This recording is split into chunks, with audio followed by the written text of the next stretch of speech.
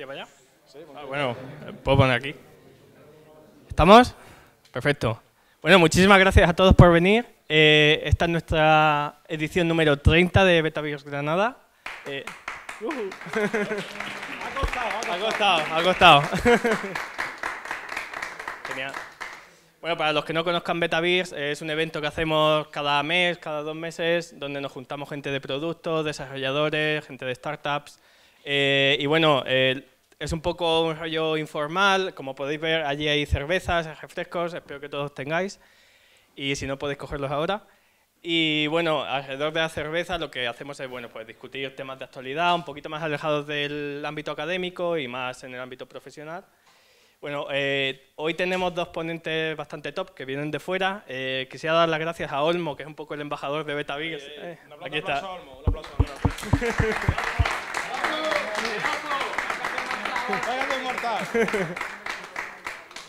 Y nada, también dar las gracias a nuestros colaboradores.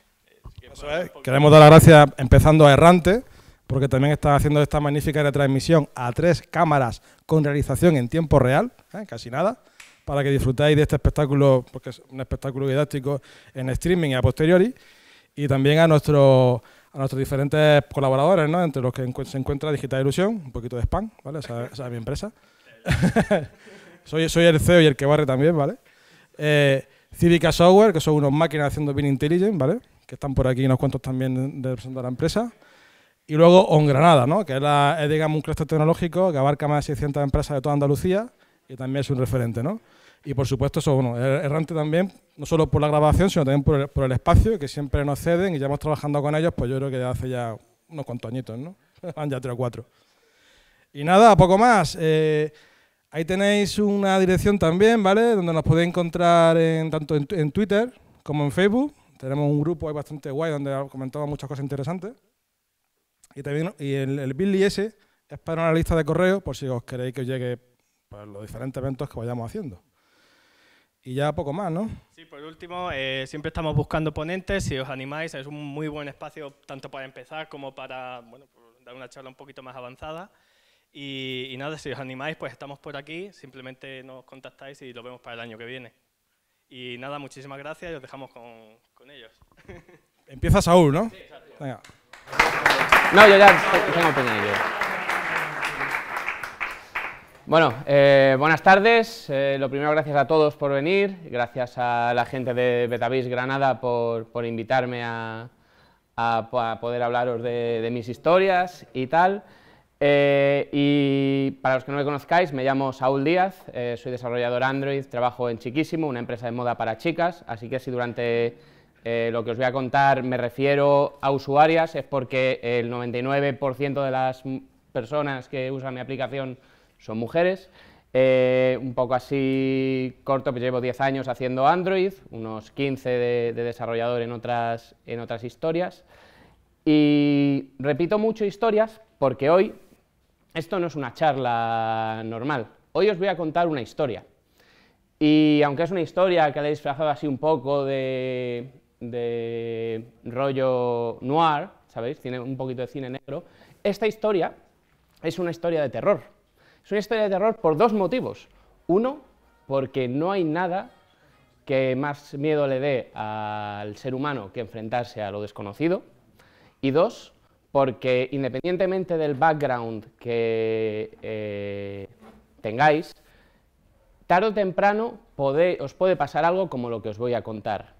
Y lo que hoy os voy a contar es la historia del bug más jodido que me he encontrado en 15 años de experiencia. Y si me permitís un poquito de puesta en escena, ¿vale? Comenzamos.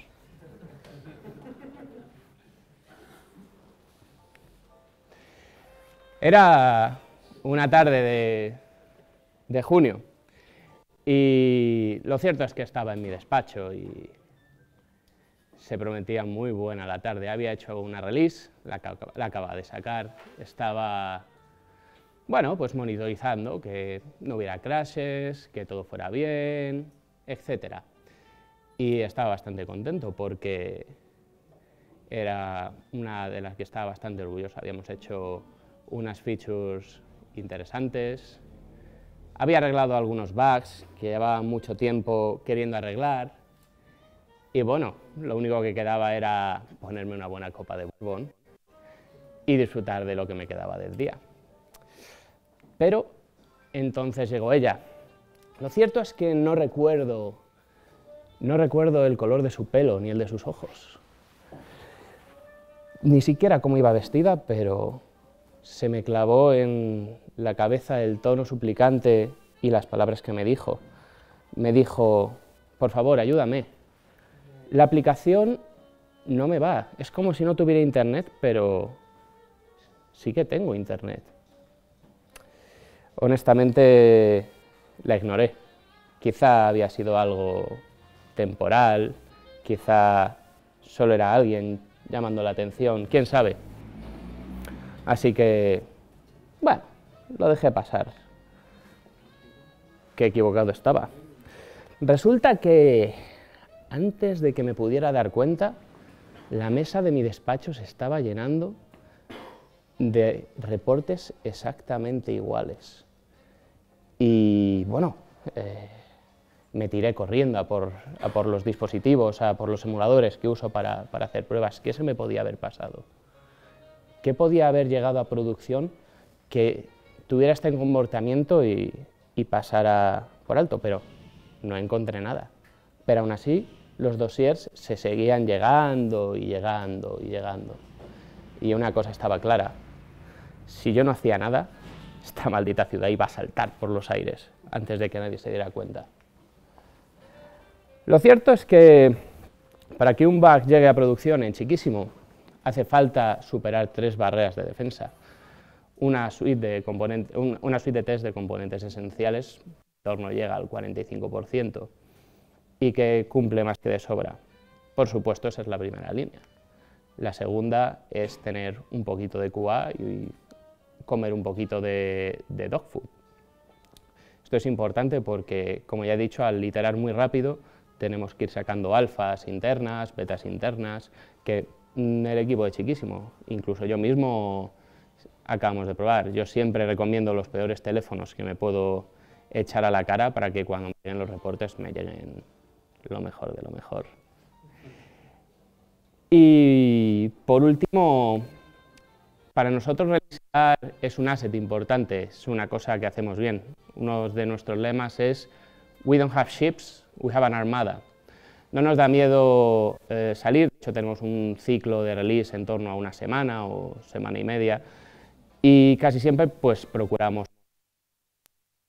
públicas a betas públicas, y luego en stage rollouts, por ejemplo, salimos a un 25%, un 30%, dependiendo de cuánto de complicada sea la feature o los cambios que hayamos hecho en el código, y la mantenemos vigilada pues aproximadamente unas 24 o 48 horas para comprobar que no hay ningún crash ni ninguna cosa loca. Pero fuera lo que fuera lo que había ocurrido, había superado las 3 líneas de defensa. Y eso no auguraba nada bueno. A veces arreglar un bug es como encontrarse una escena del crimen.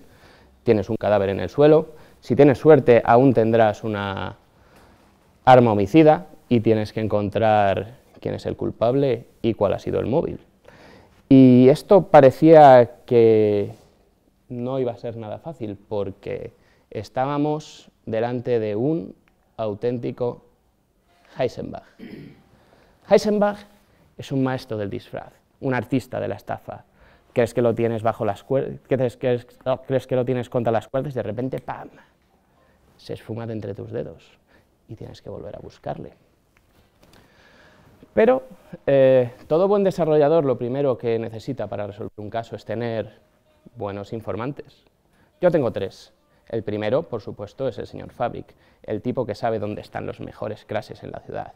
Si ocurre un crash, ese tío lo va a saber y él me lo va a contar.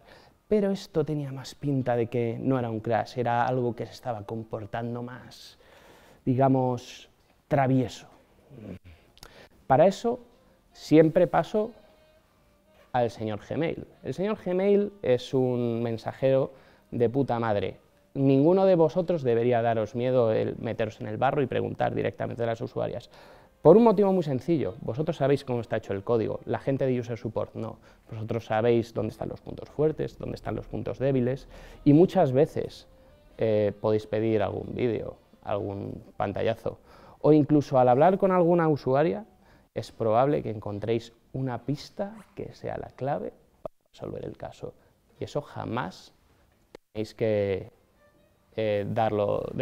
descartarlo. Por último, yo siempre hablo con Miss Panel.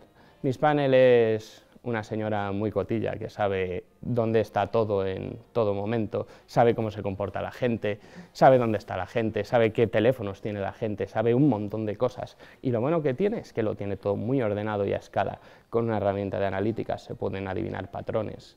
Yo tengo auténticos funnels técnicos, no de producto, que me ayudan a saber, por ejemplo, el porcentaje de notificaciones push que están llegando frente a las que se están pintando, toda la gente que intenta registrarse en la aplicación frente a cuánta gente consigue finalmente registrarse en la aplicación a nivel técnico, y eso es otra herramienta que podíais utilizar. Bueno, al fin y al cabo, Chiquísimo es una aplicación clean, así que no había muchas cosas que podían salir mal. De hecho, ya sabía lo que estaba pasando. Una chica me contó que lo que le ocurría era que toda la aplicación se le quedaba en un spinner constante. Efectivamente, como si no tuviera internet, pero todas las tías la tenían. Así que solo había 4 sospechosos que podían estar causando ese comportamiento. El primero era la librería de networking, OK HTTP y Retrofit. Pero esos tíos son unos auténticos filántropos, dentro de la comunidad están muy bien valorados. Ya podían estar comportándose mal para que fuera esa gente. Luego podía ser esa banda de los use cases de la que ya os he hablado, esos zascandiles se pueden estar comportando mal, pero los tengo vigilados con los tests. Así que era muy complicado que ellos estuvieran siendo la causa de todo esto. Al fin y al cabo, lo hubiera sabido con el CI, ¿verdad? Así que los únicos 2 sospechosos que me quedaban era el Progress Switcher, que es un componente de la UI que tenemos nosotros, que también está cubierto con test, pero bueno, ya sabéis que con los frameworks nunca se sabe. Que al final se encarga de cambiar los spinners por el contenido y si hay algún tipo de mensaje de error, ocultar el contenido y mostrar el mensaje de error. O quizá sería nuestro sistema de callbacks basado en bus, que se estuviera distrayendo 1 o 2 eventos.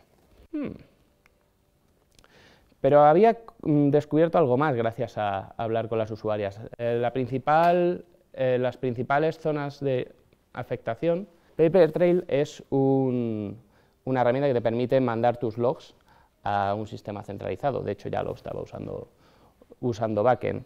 Así que lo que hice fue integrarlo en la aplicación y crearme un sistema que me permitiría registrar eventos que yo quisiera arbitrariamente y cruzar toda esa información con cualquier cosa que a mí me interesase. Por ejemplo, podía saber cuándo había ocurrido, el componente que había dado el evento, una log tag para poder hacer un filtro interesante, información que me interesase de cada evento y luego cruzar el ID de usuario, el ID de instalación, porque obviamente puede haber gente que tenga más de un dispositivo.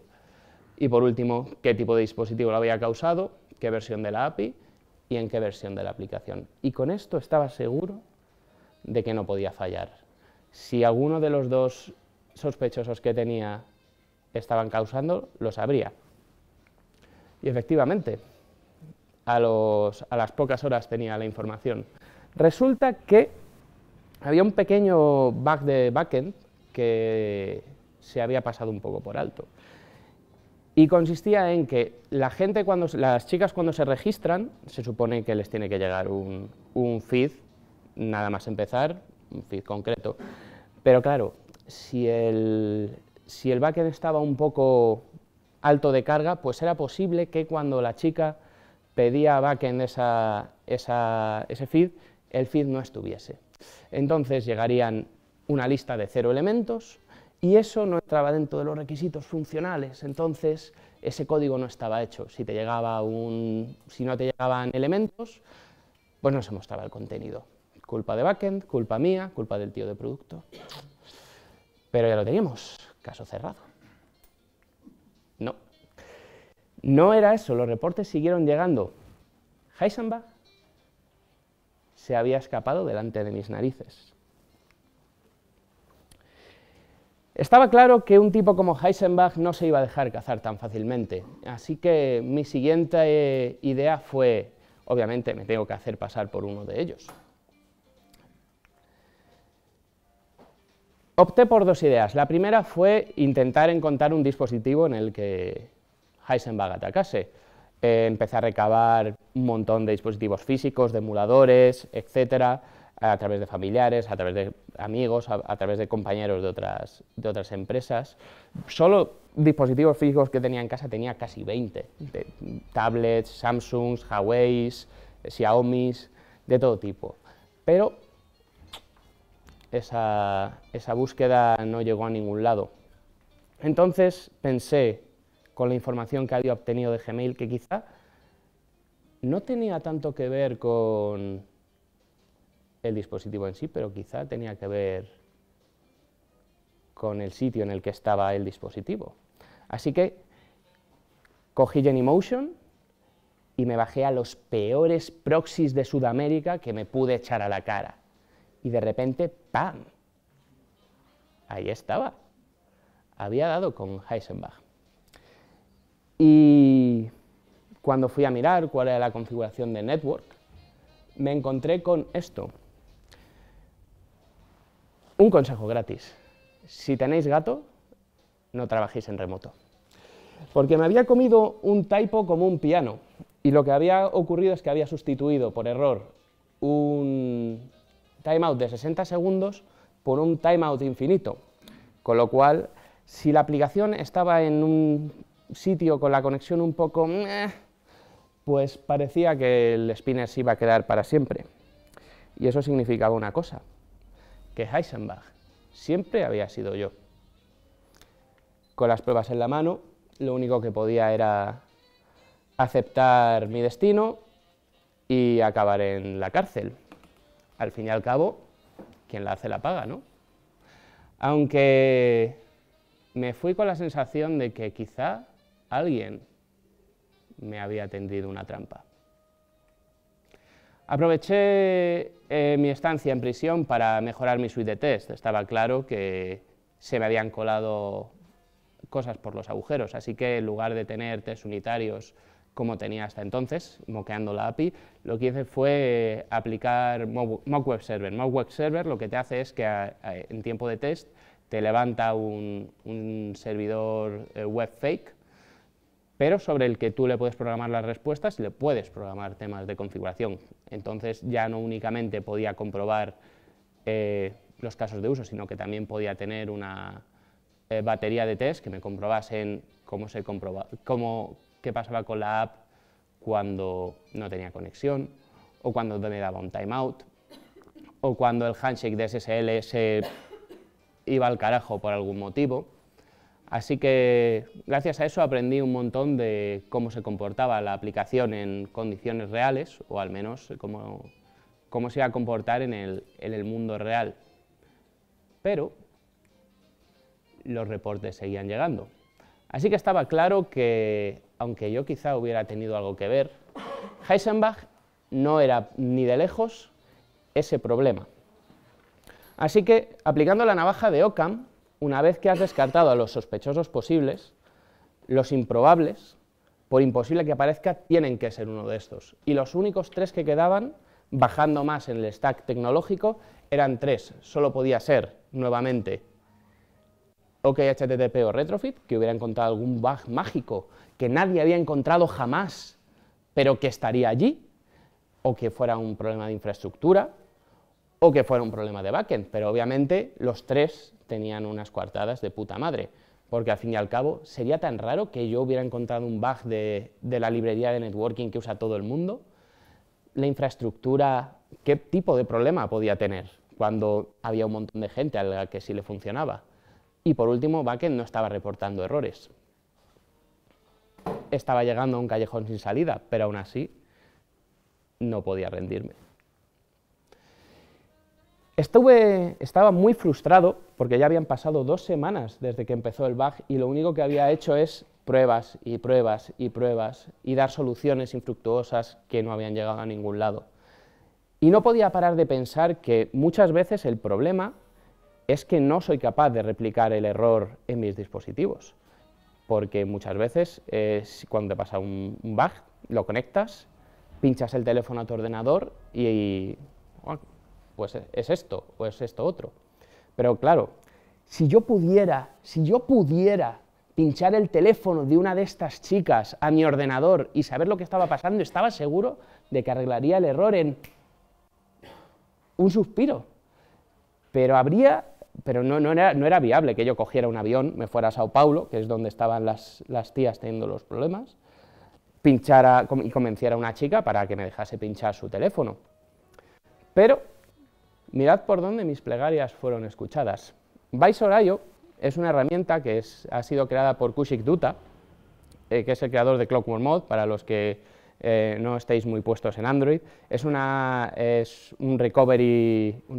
primer recovery customizado que se inventó para teléfonos Android y que permite exactamente eso. Cualquier tía con un teléfono Android, un cable y un ordenador con Chrome puedes hacer una sesión remota de debugging desde tu casa, desde tu ordenador de desarrollo, de manera casi transparente. Así que ya tenía la herramienta, pero ¿cómo iba a conseguir hacer salir a Heisenberg de su escondrijo? Pues bueno, hice lo único que puede hacer toda persona que está buscando a un buen criminal, ¿no? Poner precio a su cabeza. Si alguna de las chicas con el error aceptaba meterse en una sesión remota de debugging conmigo, que suena menos apetecible de lo que en realidad es, sería recompensada con 70 euros, que puede parecer no mucho dinero, pero tenéis que pensar que al cambio a una chica de Brasil 70 euros por 1 hora de su tiempo es bastante dinero, ¿eh? Ya me gustaría a mí cobrar 70 euros la hora. Ni como detective privado cobro tanto, ¿eh? Pero al final no tardaron en salir un par de voluntarias que se prestaron y entonces descubrí el modus operandi no sé muy bien, pero descubrí el modus operandi de Heisenberg. Resulta que independientemente del timeout de la aplicación tardaría exactamente el tiempo del timeout en conectarse. El problema ya había pasado de no se me conecta nunca a me tarda mucho tiempo. Y eso ocurría aunque el timeout fueran 20 segundos, 40, 60, 120. Así que dije, pues a lo mejor es un problema de infraestructura y convencí a mis compañeros del equipo de IT para que me pusieran, nosotros estamos centralizados en Amazon Web Services de Irlanda, y les convencí para que pusieran 2 proxies, uno en Oregón y en otro en Sao Paulo, que la verdad salieron muy bien de precio, ridículo. Pero lo cierto es que esto no ayudó a las chicas que tenían el problema con el Heisenberg, pero a la gente a la que le funcionaba la aplicación vio los tiempos de conexión reducidos un 50%. Y bueno, era un agrio consuelo para todo lo que estaba ocurriendo. Así que ya sabía más o menos por dónde iban los tiros, pero necesitaba saber cómo estaba organizada su banda criminal, necesitaba saber por dónde pasaban la mercancía, quién era el encargado de qué, y eso no iba a ser tan fácil a priori. Así que lo único que pude hacer fue llamar a especialistas externos.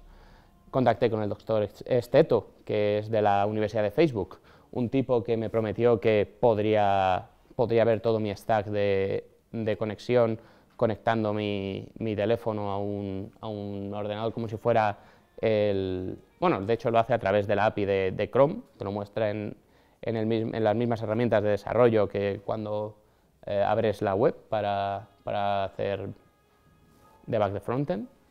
También hablé con Mr. Firebase Performance, que era un tipo que estaba de moda y que acababa de llegar a la ciudad y que prometía que era capaz de automáticamente hacerte mediciones sobre todos tus endpoints, y además aprovechamos, ya que estaba allí, a hacer un benchmark de todos nuestros casos de uso, y esto era una información que podíamos sacar a escala, con lo cual era muy interesante.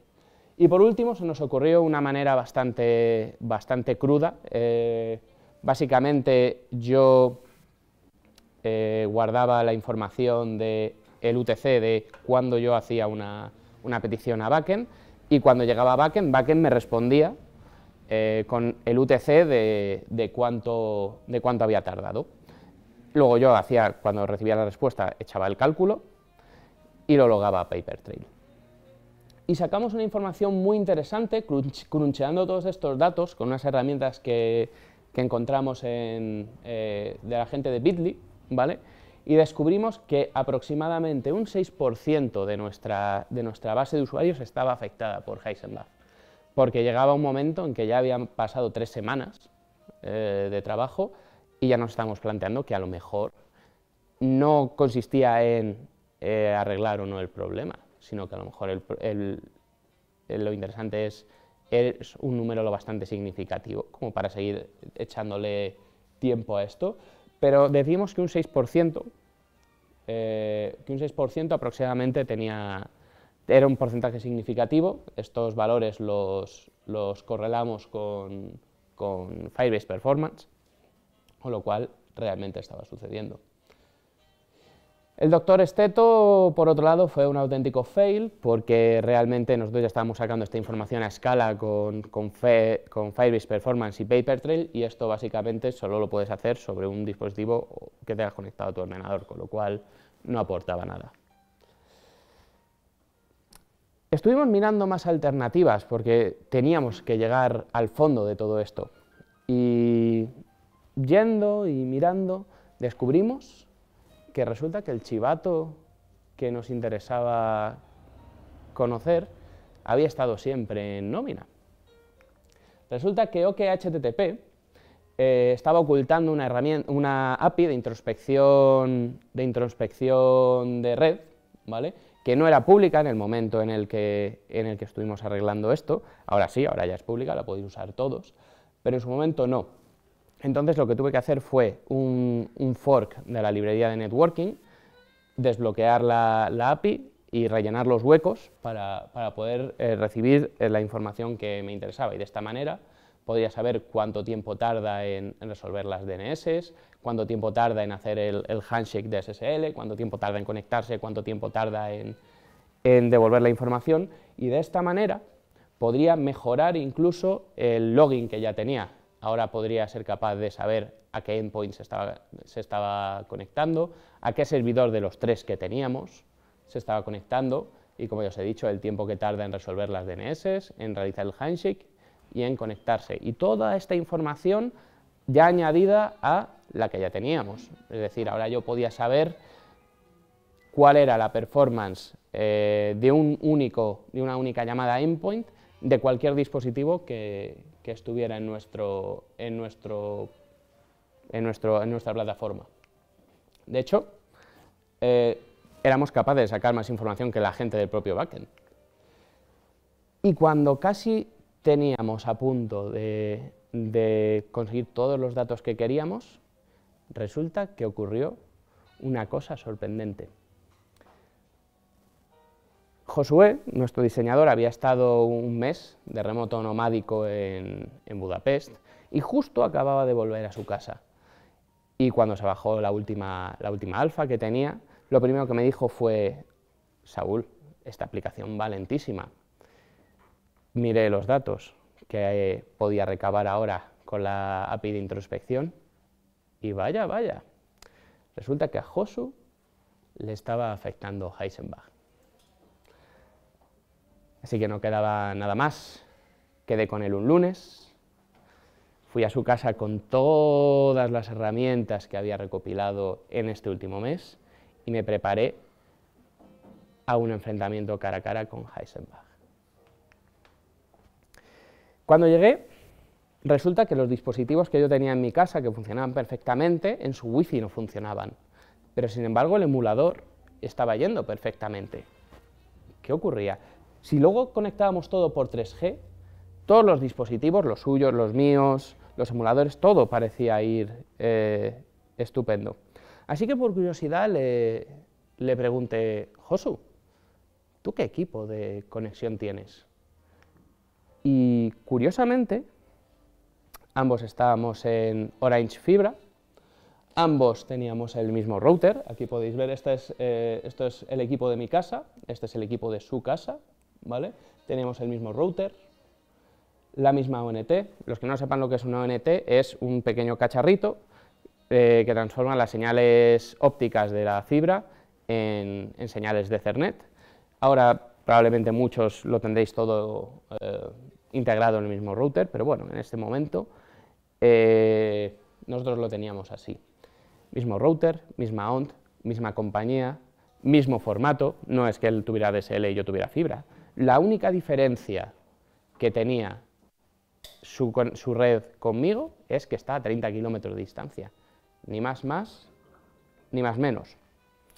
Supongo, y quiero pensar que llegados a este punto, os interesa saber cuál era el auténtico modus operandi de Heisenbach. Pues veréis, resulta que cuando se resuelven las DNS, a mí me llega un array con dos, ¿vale? Me llega una IPv4 y una IPv6.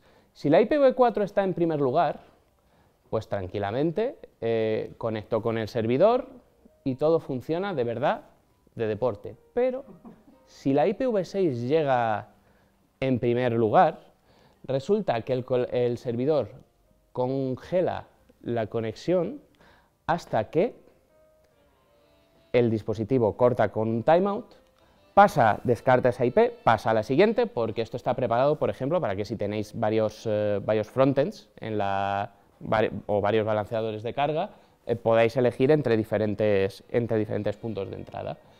Entonces, lo que os he dicho, el cliente descarta la IPv6, pasa a la IPv4 y todo va estupendamente.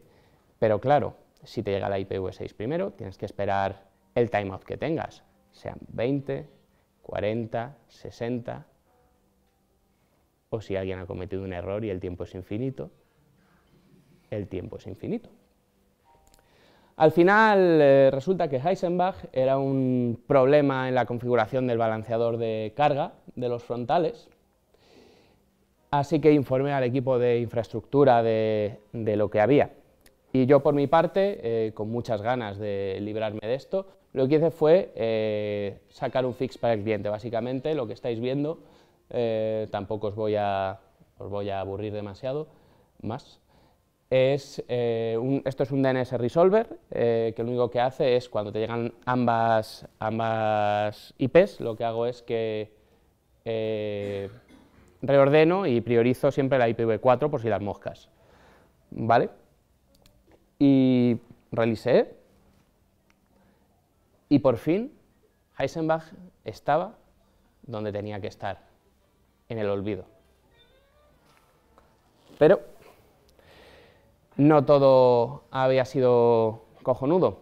Había perdido 4 semanas de trabajo, 4. Yo soy un equipo de una sola persona, mi startup es bastante pequeña y solo tenemos a una persona por equipo, menos backend y que tiene a 2, ¿vale?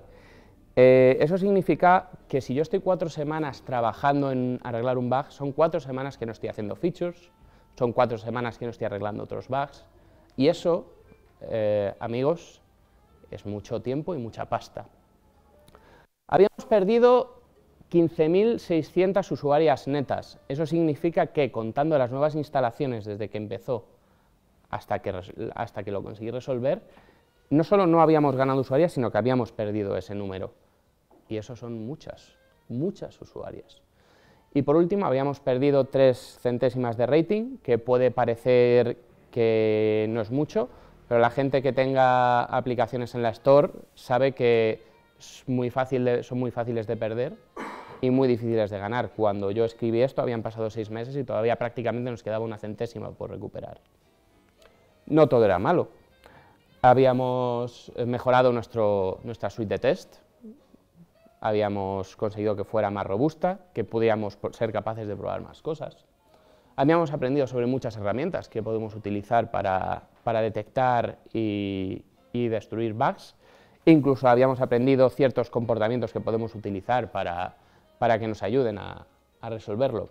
En resumen, habíamos aprendido un huevo de muchas cosas, de cómo se comporta la aplicación en la vida real. Y eso siempre es positivo.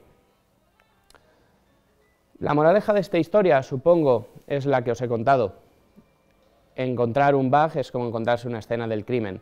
Tenéis el cadáver, igual tenéis el arma homicida, tenéis que encontrar quién lo ha matado y por qué. Pero resolver ese bug a veces se parece bastante a una partida de ajedrez. Si no tienes las piezas necesarias para entender qué es lo que está fallando, lo máximo que vas a poder hacer es una programación defensiva. Y a lo mejor te vale como un hotfix rápido, pero tenéis que saber que si no entendéis lo que está sucediendo, si vuestras piezas, si la información que os llega no es suficiente, no vais a ser capaces de solucionar ese error correctamente. Y la última cosa que os quiero decir es que apliquéis el método científico. Cuando tengáis un bug que no sabéis por qué pasa, formular una hipótesis, intentar demostrarla, y si no, lo único que queda es volver a la casilla de salida, volver a la mesa de trabajo, intentar recabar nueva información o utilizar pensamiento lateral, formular otra hipótesis y así hasta que deis con ello. Y bueno, supongo que esto es el fin de la historia, ¿no? ¿O no? Algunos meses después, Heisenberg se escapó de la cárcel y volvió a atacar. Pero esta vez, en lugar de tardar 4 semanas en descubrir lo que estaba pasando, solo tardamos 2 horas en diagnosticar cuál de los frontales estaba dando el error y resolverlo. Y hasta aquí es esta historia. Muchas gracias.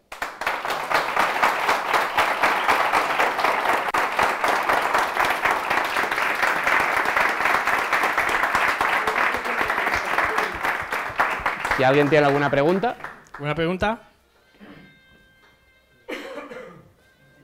Puedes parar ya. Gracias. Hola, muy Buenas. buena. Muchas gracias por la presentación. Una pregunta. ¿Estuvisteis 4 semanas o estuviste 4 Estuve semanas 4 semanas. trabajando en esto? Supongo que durante todas esas 4 semanas has mencionado que la semana 3 os disteis cuenta que solamente el 6% de los usuarios estaba afectado. ¿Por qué seguisteis? ¿Por qué en ese momento has mencionado que os planteasteis incluso dejar de intentar resolver el bug? Sí, perdón. Sí, sí, lo siento. Sí, sí. Y ahora que ya lo tenéis arreglado, ¿piensas que esas 4 semanas fueron demasiado tiempo invertido en 6% de usuarias, 15.000 usuarias perdidas, o crees que mereció la pena? Es una buena pregunta, ¿vale? Simplemente decidimos que 6% era un porcentaje significativo para seguir dedicándole tiempo. ¿Fue mucho tiempo invertido? En mi opinión, sí. O sea, en mi opinión fue mucho tiempo. Yo nunca he estado un mes y con bastante presión, además, como comprenderéis, para conseguir solucionarlo. ¿Valió la pena? Obviamente sí, porque lo conseguimos arreglar. Si no, el goteo de rating, el goteo de usuarias, hubiera llegado a un punto que hubiera sido inasumible. ¿Valió la pena? Sí, porque por lo que he comentado, aprendimos mucho de cómo se comportaba la aplicación en ciertas circunstancias, hicimos mucho acopio de muchas herramientas que luego además nos han ayudado a encontrar otros errores, a hablar con las usuarias. Creo que en el fondo ha merecido la pena por lo que hemos aprendido, pero lógicamente es un esfuerzo que ha pasado mucha factura, o hasta pasado mucho tiempo de esto no hemos podido recuperarnos como Dios manda.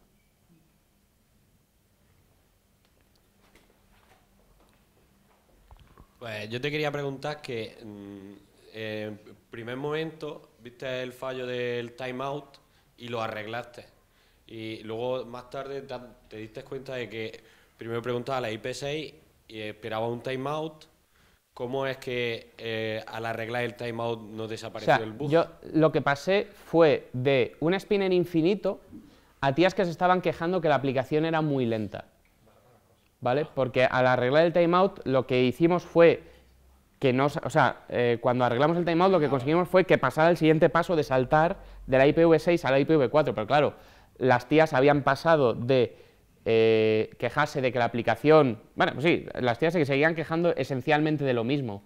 Lo que pasa es que muchas veces el esfuerzo de entender lo que ellas quieren transmitirte, porque ellas no son, repito que hablo de chicas porque estoy acostumbrado a este lenguaje porque mi aplicación es esencialmente femenina, pero la gente que te escribe al email no tiene un background técnico, entonces muchas veces es ciertas pistas que te den interpretar lo que quiere significar, y a veces ha pasado de hablar, no saber otro tipo de bug, de no saber qué está pasando, hasta que una persona te llega y te dice, no, pero es que me pasa esto, y lo escribe de cierta manera que ya te hace pensar te hace encarrilarte en otro camino. Para ti, bueno, para ti y tu equipo, las dos situaciones eran el mismo bug, ¿no? Sí. No trataste de esto es una cosa que ya hemos arreglado y ahora vamos a tratar otra cosa que tiene... O sea, sí, estaba claro que fuera lo que fuera, eran reportes sospechosamente parecidos, como para descartar que fueran dos cosas diferentes. Porque al final sí que mencionaban mucho el tema del el spinner que está para siempre. Entonces, claro, hay ya mucha casualidad que dos bugs que tienen más o menos el mismo efecto pasen justo al mismo tiempo, ¿no?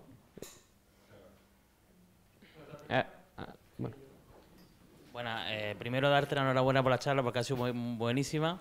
Si te ha gustado, tengo dos preguntillas muy cortas. La primera es, ¿qué media de sueño tenía en esas 4 semanas que estuviste liado? Os puede sonar o sea, la charla mola en el sentido de que la cuento y tal. Yo dejé de comer, yo dejé de dormir. Me lo imagino. Porque la presión de tener a mi jefe todos los días preguntándome, bueno, ¿qué pasa? Y la frustración de estar dándome con la cabeza contra la pared un día y otro día y otro día y otro día, y que sacas fixes y tú crees que es una cosa y no es muy jodida. Es una presión que a nivel personal me pasó mucha factura. Y más solo en tu y campo solo, estabas solo, ¿no? Porque el problema que tiene es que cuando estás solo no hay ningún senior al que puedas decir, oye, o lo puedas escalar, sino que te lo tienes que comer tú todo. Y bueno, es una parte que a mí me gusta de trabajar solo, pero también cuando te comes los marrones te los comes enteritos para ti. Y eso que al final la culpa no era realmente mía, porque si el balanceador de carga hubiera estado bien configurado, jamás me hubiera enterado del problema del timeout. Pero aún así, 4 semanas de trabajo por algo que al final la esencia del error no era mía.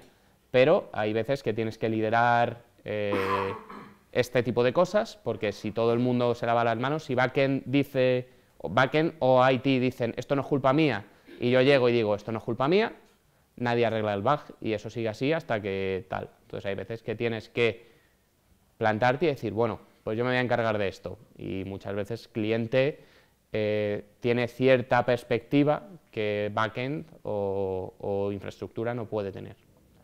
Y la otra pregunta muy rápida, ¿cómo funciona ese puntero para hacer hacer sombra a toda la pantalla? No es mío, es magia. Yo hago así y mola un montón. Yo tengo uno con láser, que Sí, no iba a ser ni la Pero ¿cómo hace para...? O sea, ¿de dónde lee la posición? Esto tiene pinta de tener un acelerómetro aquí dentro, pero no sé. Pregúntale al dueño del puntero, que es el siguiente ponente. Vale, tiene trampa, como tantas otras cosas. Quería preguntarte, bueno, primero enhorabuena por la charla. Gracias. ¿En algún momento os planteaste hacer un rollback para detener esa sangría de... Lo hicimos, pero pasaba lo mismo. Claro. O sea, hicimos, esta parte no lo... Pero claro, llegó un momento que es, bueno, pues vamos a hacer un rollback, pero claro, en el momento en el que haces un rollback y el problema sigue ahí, sabes, llegas a la conclusión, llega un momento que llegas a la conclusión de la aplicación es muy improbable que sea, aunque tengas el error del timeout, sabes que hay algo más. Todo el rato, o sea, yo cuando hablaba con mi jefe, cuando hablaba con mis compañeros, yo tenía claro que el problema no era, o sea, el final no lo estaba causando la aplicación de Android, no era parte de mi código, porque el código lo había auditado ya de arriba abajo en el primer intento con Papertrail. Yo ya sabía que había tías que se conectaban al backend, el backend respondía, me llegaba la información y la subía hasta la capa de UI. ¿Qué parte de toda la aplicación hiciste el rollback? ¿Solo del cliente? Sí, claro. ¿De la aplicación? ¿No pensaste en hacer rollback del maquete? No, porque es muy difícil, o sea, bueno, un segundo, que no sé si he respondido a tu pregunta. Sí. Y luego tenía otra pregunta, ¿cómo estaba relacionado el caso de las IP con las ubicaciones esas donde viste que estaba Sao Paulo? Pues parece ser que allí se debe de llevar mucho a la IPv6. Jamás hubiera pensado, no, lo juro, es así, os juro que jamás pensé que cuando vi el error dije, pero esta parte se está grabando. Sí. Mierda. Es decir, en plan, en mitad de la favela van a estar dando IPv6, que no la tengo ni yo, que tengo IPv4, que vivo en el primer mundo. Un poco, sé que es un comentario un poco elitista, pero es así. Pero casualmente allí deben ser que van más avanzados con... Hay mucho más dispositivos y parece ser que es bastante... Bueno, no sé a qué se... Tampoco sé cuál es la diferencia entre la casa de mi colega y mi casa a 30 kilómetros, ¿vale? ¿Por qué Orange Fibra a mí me da IPv4 y allí da IPv6 en Leganés? No sé, pero son cosas, no sé, ahí... La cuestión estaba que el bug se introdució cuando bien se levantó el balanceador de carga, ¿no? Y ahí fue cuando estuvo el gamma, ¿no? Claro, cuando empezamos a notar... Eso no, supongo que la configuración no va a controlar con Git ni nada, ¿no? No, claro.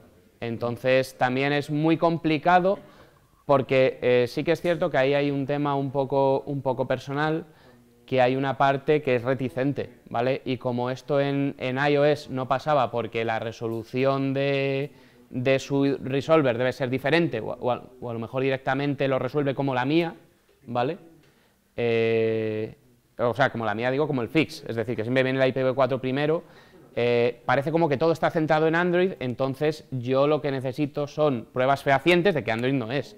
No puedo ir a mi colega de IT y decirle, pues va a ser culpa tuya, porque me va a decir, pues solo está pasando en Android, Piltrafilla. Entonces, claro, ese es el problema de todo, que yo para justificar que no era yo tenía que demostrar quién era. ¿Por ahí he respondido a tu pregunta? Sí. Vale. Pues vamos a pasar ya a la siguiente. Pues muchas gracias.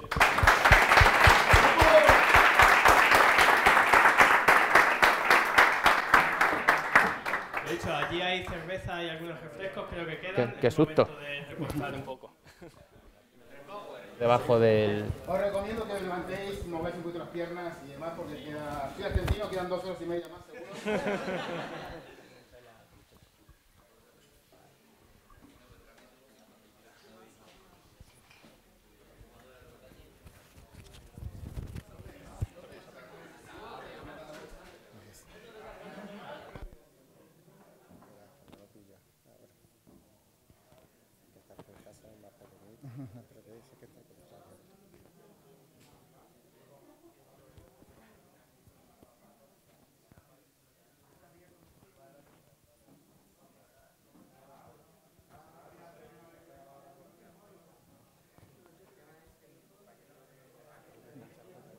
Muchas gracias.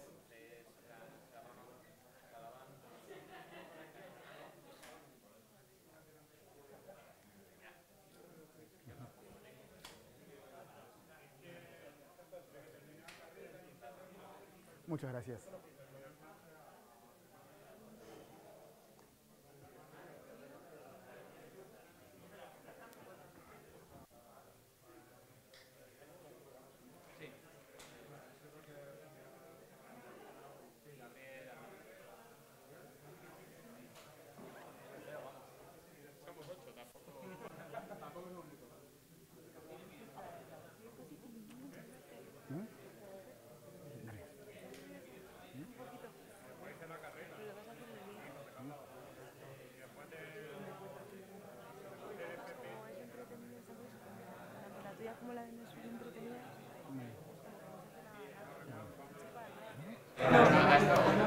A ver ahora, que esta es larguita y bueno, igual voy a ir un poquito con ritmo.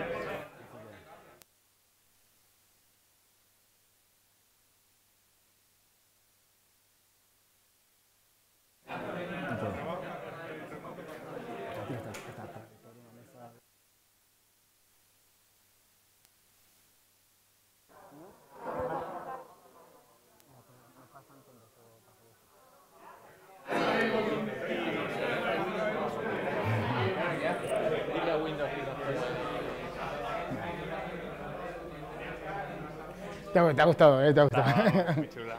Es que es un grande. Somos un grande.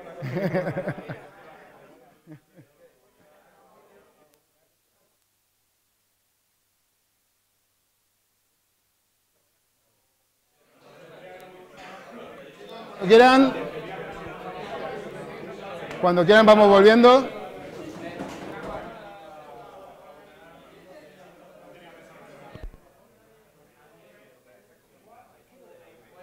Chicos, cuando quieran empezamos.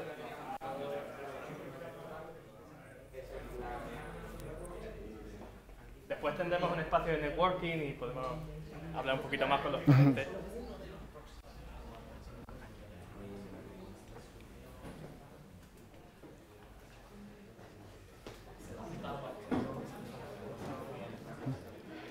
Vale, yo creo que ya estamos. Vale. Bueno, yo creo que muchos de ustedes que hayan visto Juego de Tronos conocerán la frase de The Night is dark and full of terrors. Y esta charla, bienvenidos a The Code is dark and full of error. Vale, primero para los que no me conozcan, yo soy Nicolás Potarino, ahí me pueden seguir en Twitter si quieren. Y actualmente trabajo en Twenty. Chicos, que si alguno está interesado en trabajar en Twenty, pues siempre estamos buscando gente, así que pueden mandarnos el currículum. Primero que todo, quiero empezar con un disclaimer. ¿Cuántos de acá han visto Juego de Tronos? Muchos. ¿Cuántos de acá no han visto Juego de Tronos? Poquitos. Bueno, intentaré que no sea demasiado agnóstico con el Juego de Tronos, un poquito sí que va a ser. Voy a intentar no hacer ningún spoiler. Intentarlo. Y nada, yo también comentaros que soy Android developer. Pero a pesar de eso, aunque habrá un poquito de código que está más orientado a Android, cualquier persona que pueda seguir código normalmente puede hacerlo. ¿En Twenty no hacéis casi todo como con aplicaciones híbridas, o sea, que cargan web? No, principalmente hacemos todo desarrollo nativo. Sí que hay partecitas a veces que tenemos que trabajar no sé si conocéis un poco qué es Twenty ahora, ya no somos más la red social. ¿Alguno sabe a qué se dedica ahora? Vale, pues hago un pequeño slot de publicidad. No se pueden bajar tus fotos, ya no se pueden. De nada.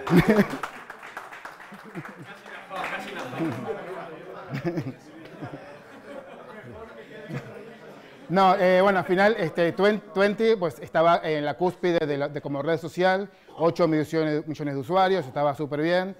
De repente entró a currar esta persona y empezó a caer. No, fue realmente, entró Facebook, entró competencia y demás, y al final pues eran desarrollos completamente distintos, empezó a caer un poco. Telefónica ya estaba por ahí, así que había que pivotar, ¿no? Al final había un muy buen equipo de tecnología, así que se intentó pivotar. ¿Cómo se pivotó? A una empresa de mobile, ¿no? A una operadora. Al final se aprovechó y la propia aplicación que tenía Twenty, que tenía toda parte de chat y demás, pues se reutilizó para hacer la base de lo que sería una aplicación telco, ¿no? Para poder gestionar todas tus facturas, tus consumos y demás. Actualmente, bueno, han pasado muchos años y demás, y la aplicación pues, fue considerada una de las mejores aplicaciones telco que había, pero claro, estábamos en un nicho muy pequeño, es decir, como que era muy difícil escalar, porque al final solamente teníamos Twenty y nos costaba mucho conseguir nuevos usuarios, teníamos que abrir un país nuevo para ser capaces de crecer. Así que al final lo que se hizo fue un poco hablar con Telefónica, y Telefónica estuvo de acuerdo además, de que todas las aplicaciones de todas las empresas de Telefónica del mundo, ya sean O2, ya sea Vivo en Brasil, Twenty Argentina, Movistar Argentina Negocios, todos utilicen la misma base de código para sus aplicaciones. Entonces, al final lo que estamos haciendo es ese desarrollo en el cual lo que vamos haciendo es reemplazar las aplicaciones nativas que tienen cada uno de los países con nuestra propia aplicación. Al final, eso que decía es que hay algún desarrollo un poco híbrido, sí que es verdad porque hay veces que tenemos que estar un poco intentando conectarnos con algunos sistemas legados de otros países, y al final sí que hay veces que no podemos conseguir esas APIs, no podemos conseguir algunas cosas, y sí que tenemos que hacer un poco de mecanismos de trabajar con WebViews. Pero básicamente el main es aplicación nativa. Vale, ¿dónde estamos? En Juego de Tronos. Vale, intentaré no hacer muchos spoilers y demás. Hoy también vengo a contarles una historia. Obviamente no va a ser una historia tan entretenida como la de Saúl, o sí, no lo sabemos, pero bueno, por lo menos no con tanta puesta de escena ni tanto. Pero sí que vamos a hablar de una historia, la historia de Targaryen Consulting. Targaryen Consulting es una empresa de los 7 reinos que es una empresita moderna, ¿no? Trabajan con Scrum, metodologías ágiles, las nuevas tecnologías, post-its de colores en las paredes, una mesa de ping-pong. Al final, es una empresa de estas que son modernitas. Le iba bien a la empresa, pero nunca habían conseguido tener un proyecto grande, un proyecto gordo. Hasta que llegó el proyecto Winterfell. El proyecto Winterfell es un proyecto que le iba a abrir las puertas en Invernalia, que es un territorio bastante conservador, y ellos dijeron, vamos a hacer las cosas bien. Vamos a intentar utilizar todo lo bueno que hay que utilizar. Vamos a utilizar React, vamos a utilizar aplicaciones nativas, vamos a utilizar metodologías ágiles, vamos a utilizar técnicas para mejorar la calidad del software. Entre ellas, los code reviews. ¿Vale? ¿Qué tenían que hacer? Primero que todo, tenían que montar un equipo. ¿Qué equipo montaron? Pues tenemos primero a Meñique como Project Manager. Tenemos a Ramsey, que era el de QA. También teníamos a Danieri, que es obviamente la Senior Full Stack Developer. Tenemos un caminante blanco, que era de usabilidad, UX. A Jon Snow, que era nuestro chico junior. ¿Vale? Pero bueno, empezando con el proyecto, al final, pues, ¿qué tenemos que hacer? Pues empezar con tareas. De repente había una primera tarea que dice, como consejero de la moneda, me gustaría rellenar el fuego del dragón antes que se vacíe. ¿Qué pasaba? Que al final en los 7 reinos existían los dragones que iban quemando poblados, pero de repente se quedaban sin fuego. Claro, en ese momento eran vulnerables y los dragones todos sabemos que son bastante caros, entonces no había que cuidarlos, ¿no? Entonces Jon Snow, como junior, se pone y dice, yo voy a coger esta tarea y voy a empezar a hacerla. Se pone a hacerla. No quiero que entremos acá a valorar un poco, a ver exactamente el código que tenemos por aquí, pero creedme que este código es bastante mejorable. Es más, es tan mejorable que lo he utilizado en un montón de entrevistas para intentar que la gente lo refactorice. Así que tiene muchos puntos que refactorizar. Una vez que terminó el código, dijo, bueno, lo que voy a hacer es crear mi code review. Creó su code review y empezaron los comentarios. Claro, Daniel dice, este es el peor código que he visto en mi vida, te ordeno que lo empiece todo desde cero. Y ella dice, tú eres una vieja desarrolladora que no tiene ni idea de cómo hacer buen software, sin todo tu cosita. Y además eres fea, la más fea de todos los 7 reinos. Obviamente, a Daenerys tampoco le gustó mucho esta forma de hablar, y le contesta y dice, respétame, yo soy Daenerys Webster del equipo de Targaryen, la primera de su equipo, la irrefactorizada, reina del Smell, reina del Solid y del primer commit, reina del Merge, Khaleesi del Gran Injector, protector de Real, marca registrada, Lady Regnant of the Seven Fragments, rompedora de encadenamiento de métodos y madre de Dagger. ¿Qué pasó? Que Jon Snow también le responde y dice, quien tiene que decir que es un rey no es realmente un rey. ¿Qué pasa? Ya empezaba a haber un poquito de tensión ahí, entonces de repente viene alguien nuevo, Ygritte, en este caso, que era la Product Owner, y dice, voy a intentar mediar en este conflicto que hay acá entre personas. Y le dice, you know nothing, Jon Snow. Por lo cual, ¿qué pasa?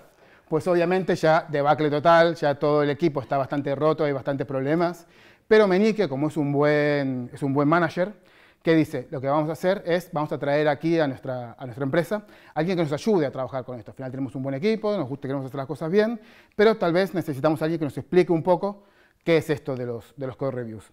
Y obviamente, al que llaman, que era al mejor consultor que había por ahí de metodologías ágiles y agentes del cambio, que es Tyrion.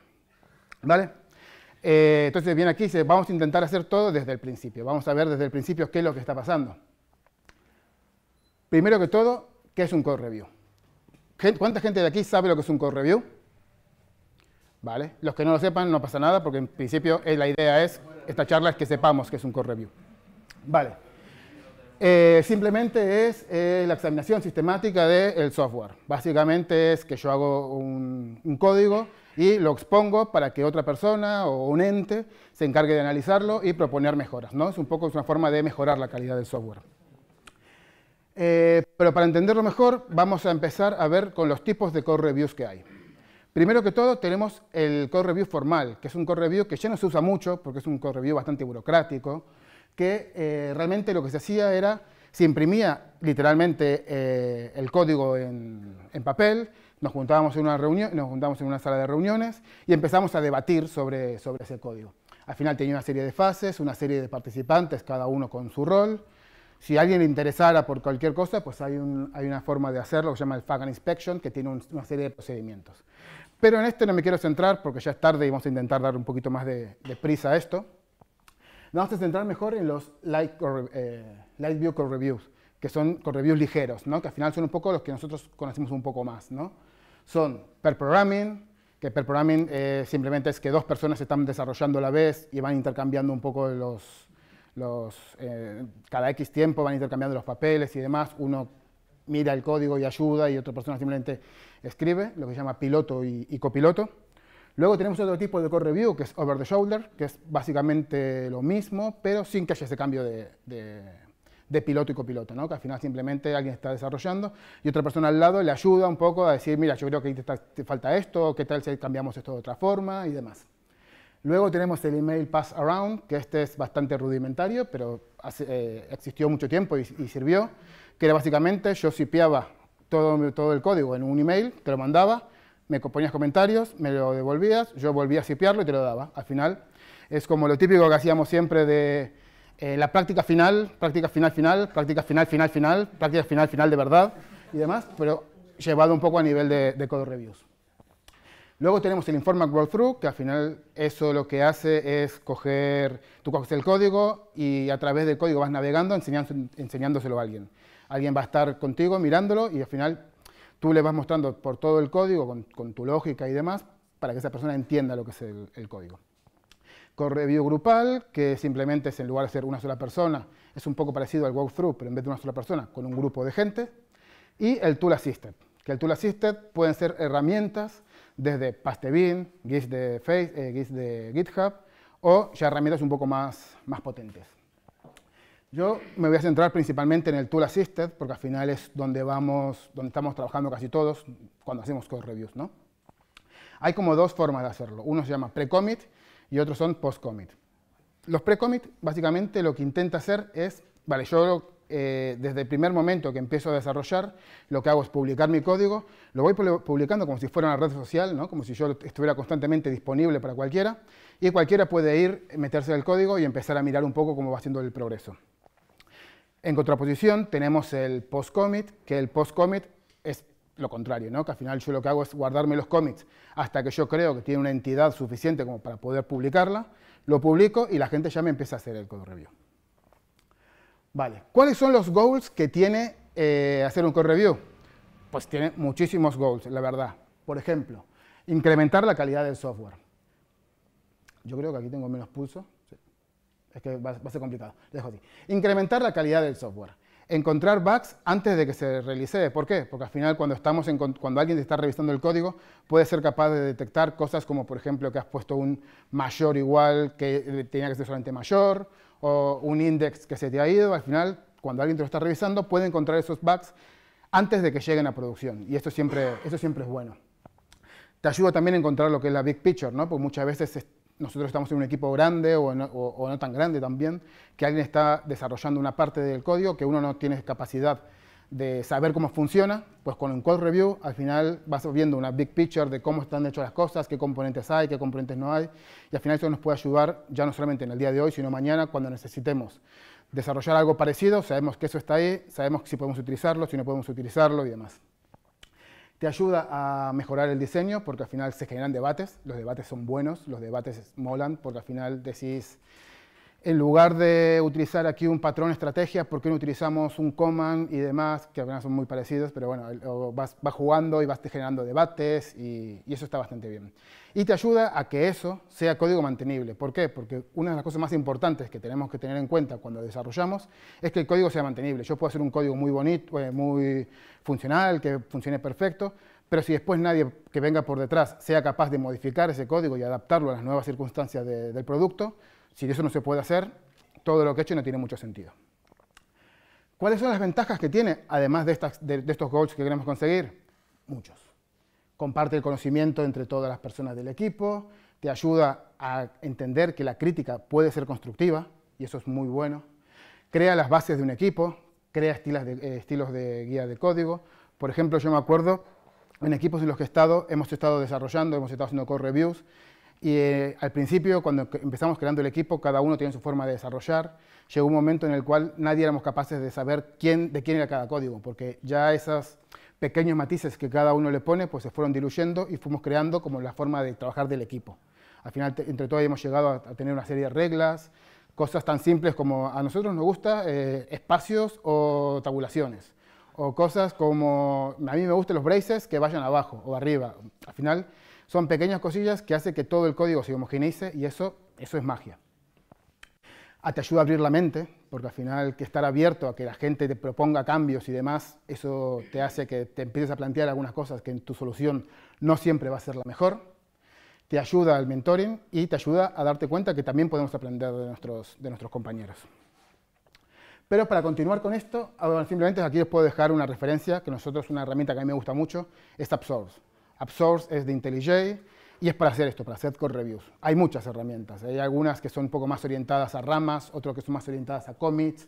A mí me gusta AppSource o también Crucible con Fisheye porque al final te dejan la capacidad de poder elegir solamente commits en lugar de ramas. Hay veces que los code reviews, cuando se orientan más a pull request, lo que haces es hacer un análisis de toda la rama que uno ha generado de código, pero hay veces que nos interesa poder coger varios commits. ¿Por qué? Porque hay veces que tenemos tareas muy grandes, que tenemos una rama que es muy, muy grande, y no sería buena práctica darle a un compañero que se mire tus 2000 líneas de código que has modificado, tus 75 ficheros que has modificado.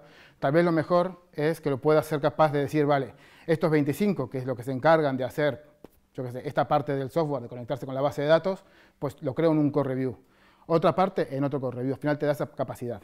A mí por eso me gusta, pero bueno, al final cada uno tiene que elegir cuál es lo que mejor le conviene a su equipo. Para entender cómo son los code reviews, también es importante que entendamos los tipos de reviewers que tenemos. ¿Vale? Por un lado tenemos reviewers, el best friend forever, ¿no? El mejor amigo.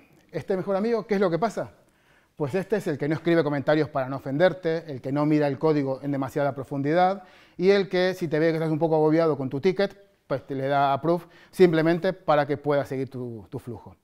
Luego tenemos los maestros de la ciudadela, ¿no? Son esos por los cuales todo tiene que pasar, todos los pull requests tienen que ser aprobados por ellos, son los únicos que te pueden decir cómo se hacen las cosas de verdad, son los únicos que pueden generar esas decisiones finales, son los que tienen toda la razón, ¿no? Luego podemos tener al que se la suda todo, básicamente. ¿Qué pasa? Aprueba sin mirar el código, espera que alguien apruebe para también darle un approve, piensa que el code review, aquí si la gente se ríe es por algo, sí, piensa que los code reviews no son útiles y se piensa que simplemente es una formalidad. Y esto yo sí que lo he visto en algunos casos. Luego tenemos el hijo del incesto, que es esa persona que siempre cree que tiene toda la verdad, que su solución es siempre la mejor. Todos los cambios que él propone son los que se tienen que ejecutar y que es completamente condescendiente con sus compañeros. Y por último tenemos a la mano del rey, ¿no? Tenemos a ese reviewer que se preocupa por la calidad del software, que sabe que puede aprender de sus compañeros, que piensa que sus comentarios pueden ayudar al resto de gente y respeta a la compañía, al código y a los desarrolladores. Entonces, para mí siempre me parece un buen ejercicio que nosotros, cuando hagamos un code review, cuando terminemos, pensemos, ¿quién queremos ser? ¿Quién somos? ¿Quién hemos sido? ¿Y quién queremos ser? Al final creo que es interesante que hagamos esta pequeña reflexión porque puede parecer una tontería, pero muchas veces nosotros nos liamos a escribir comentarios y demás y no nos estamos dando cuenta en qué tipo de reviewer somos y seguramente en algunos casos somos un tipo de reviewer que no es el que nos gustaría ser. Vale, aquí lo que vamos a hablar, un poco para que tengáis una idea general de la charla, es un poco de la planificación del code review, de cómo preparar todo para hacer un code review, cómo hacer un code review, cómo dar feedback y cómo recibir feedback, ¿vale? Es un poco lo que vamos a hablar. Primero, para la planificación, Y si hablo demasiado rápido, que alguien me lo diga, que levante la mano y me dice, cállate un poquito que no te aguanto más. Vale, lo primero que tenemos que hacer es elegir al reviewer. ¿Cómo podemos elegir al reviewer? Pues muchas formas. Una simplemente sería sin ninguna metodología. Yo creo un code review y que la gente se vaya apuntando, depende como quiera. Eso está muy bien, lo que pasa que ahí lo que estamos partiendo es de una empresa o de unos compañeros que sean proactivos, ¿no? Tienes que tener la seguridad de que siempre va a haber alguien que va a querer meterse en ese code review. ¿Y qué pasa? Que hay veces en una empresa que estás un poco más apurado en tiempos, que estamos todos intentando sacar una release o lo que sea, y como que intentamos no hacer ese trabajo y al final pues puede ser que tal vez en algunos equipos no funcione. Otra forma es elegir el desarrollador que lo elija, ¿no? Al final yo hago el code review, pues yo pongo a quien quiero. ¿Qué pasa? Eso está muy bien, porque al final sé qué parte del código yo he tocado y sé qué parte del código me puede ayudar un poco mejor a valorarlo, pero también pueden caer cosas como le pasa a Jon Snow y a Daenerys, ¿no? Que al final no creo que Jon Snow vuelva a elegir a Daenerys un poco por voluntad propia. ¿A quién va a elegir? A Sam. ¿Por qué? Porque él es bueno con él. También otra forma de cogerlo es de hacer el especialista, ¿no? Que al final es una persona que sabe mucho sobre ese tema o ese componente o esa parte de producto que vos estás desarrollando y lo que haces es darle el code review a esta persona que te puede ayudar. Eso tiene sus pros y sus contras. Está muy bien porque es una persona que te puede dar muchísimo conocimiento sobre esa parte del producto, pero también muchas veces uno tiene un poco más de reticencia a la hora de rebatirle cosas. ¿Por qué? Porque él es la eminencia, es la persona que realmente sabe sobre eso. Entonces, a veces suele dar un poquito más de corte en comenzar esa discusión. También podemos hacerlo de una forma random, ¿no? Que decir, lo que hago es, pues yo voy a coger a X personas y que de forma random sea la que se encarguen un poco de esto. O podemos hacerlo cross-platform. Nosotros esto es algo que lo he hecho en algunas empresas y me ha gustado mucho.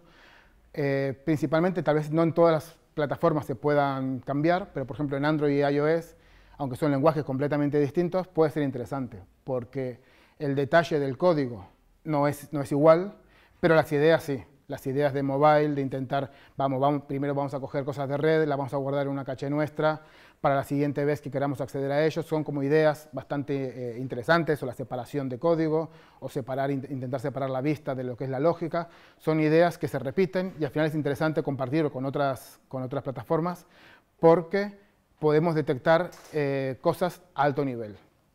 Entonces, para mí, lo interesante sería mezclar un poquito todo esto, ¿no? Al final, nosotros cuando hacemos code reviews, lo que intentamos hacer es primero generar, metemos a algunas personas en nuestros equipos, si hemos tocado algo que puede tener importancia con otro equipo que también se encargue de un componente que estamos tocando, también le metemos porque él sería un poco el especialista sobre ese código. Intentamos también hacer lo que sea un poco random. Al final lo que es interesante es mezclar, intentar coger todas estas estrategias, mezclarlos un poquitito y ver qué es lo que funciona en cada uno de los equipos.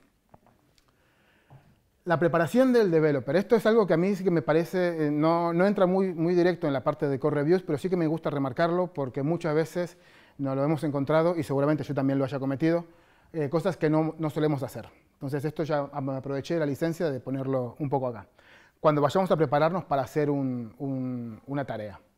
No, primero tenemos que analizar bien la tarea, tenemos que analizar y ver cómo vamos a resolverlo.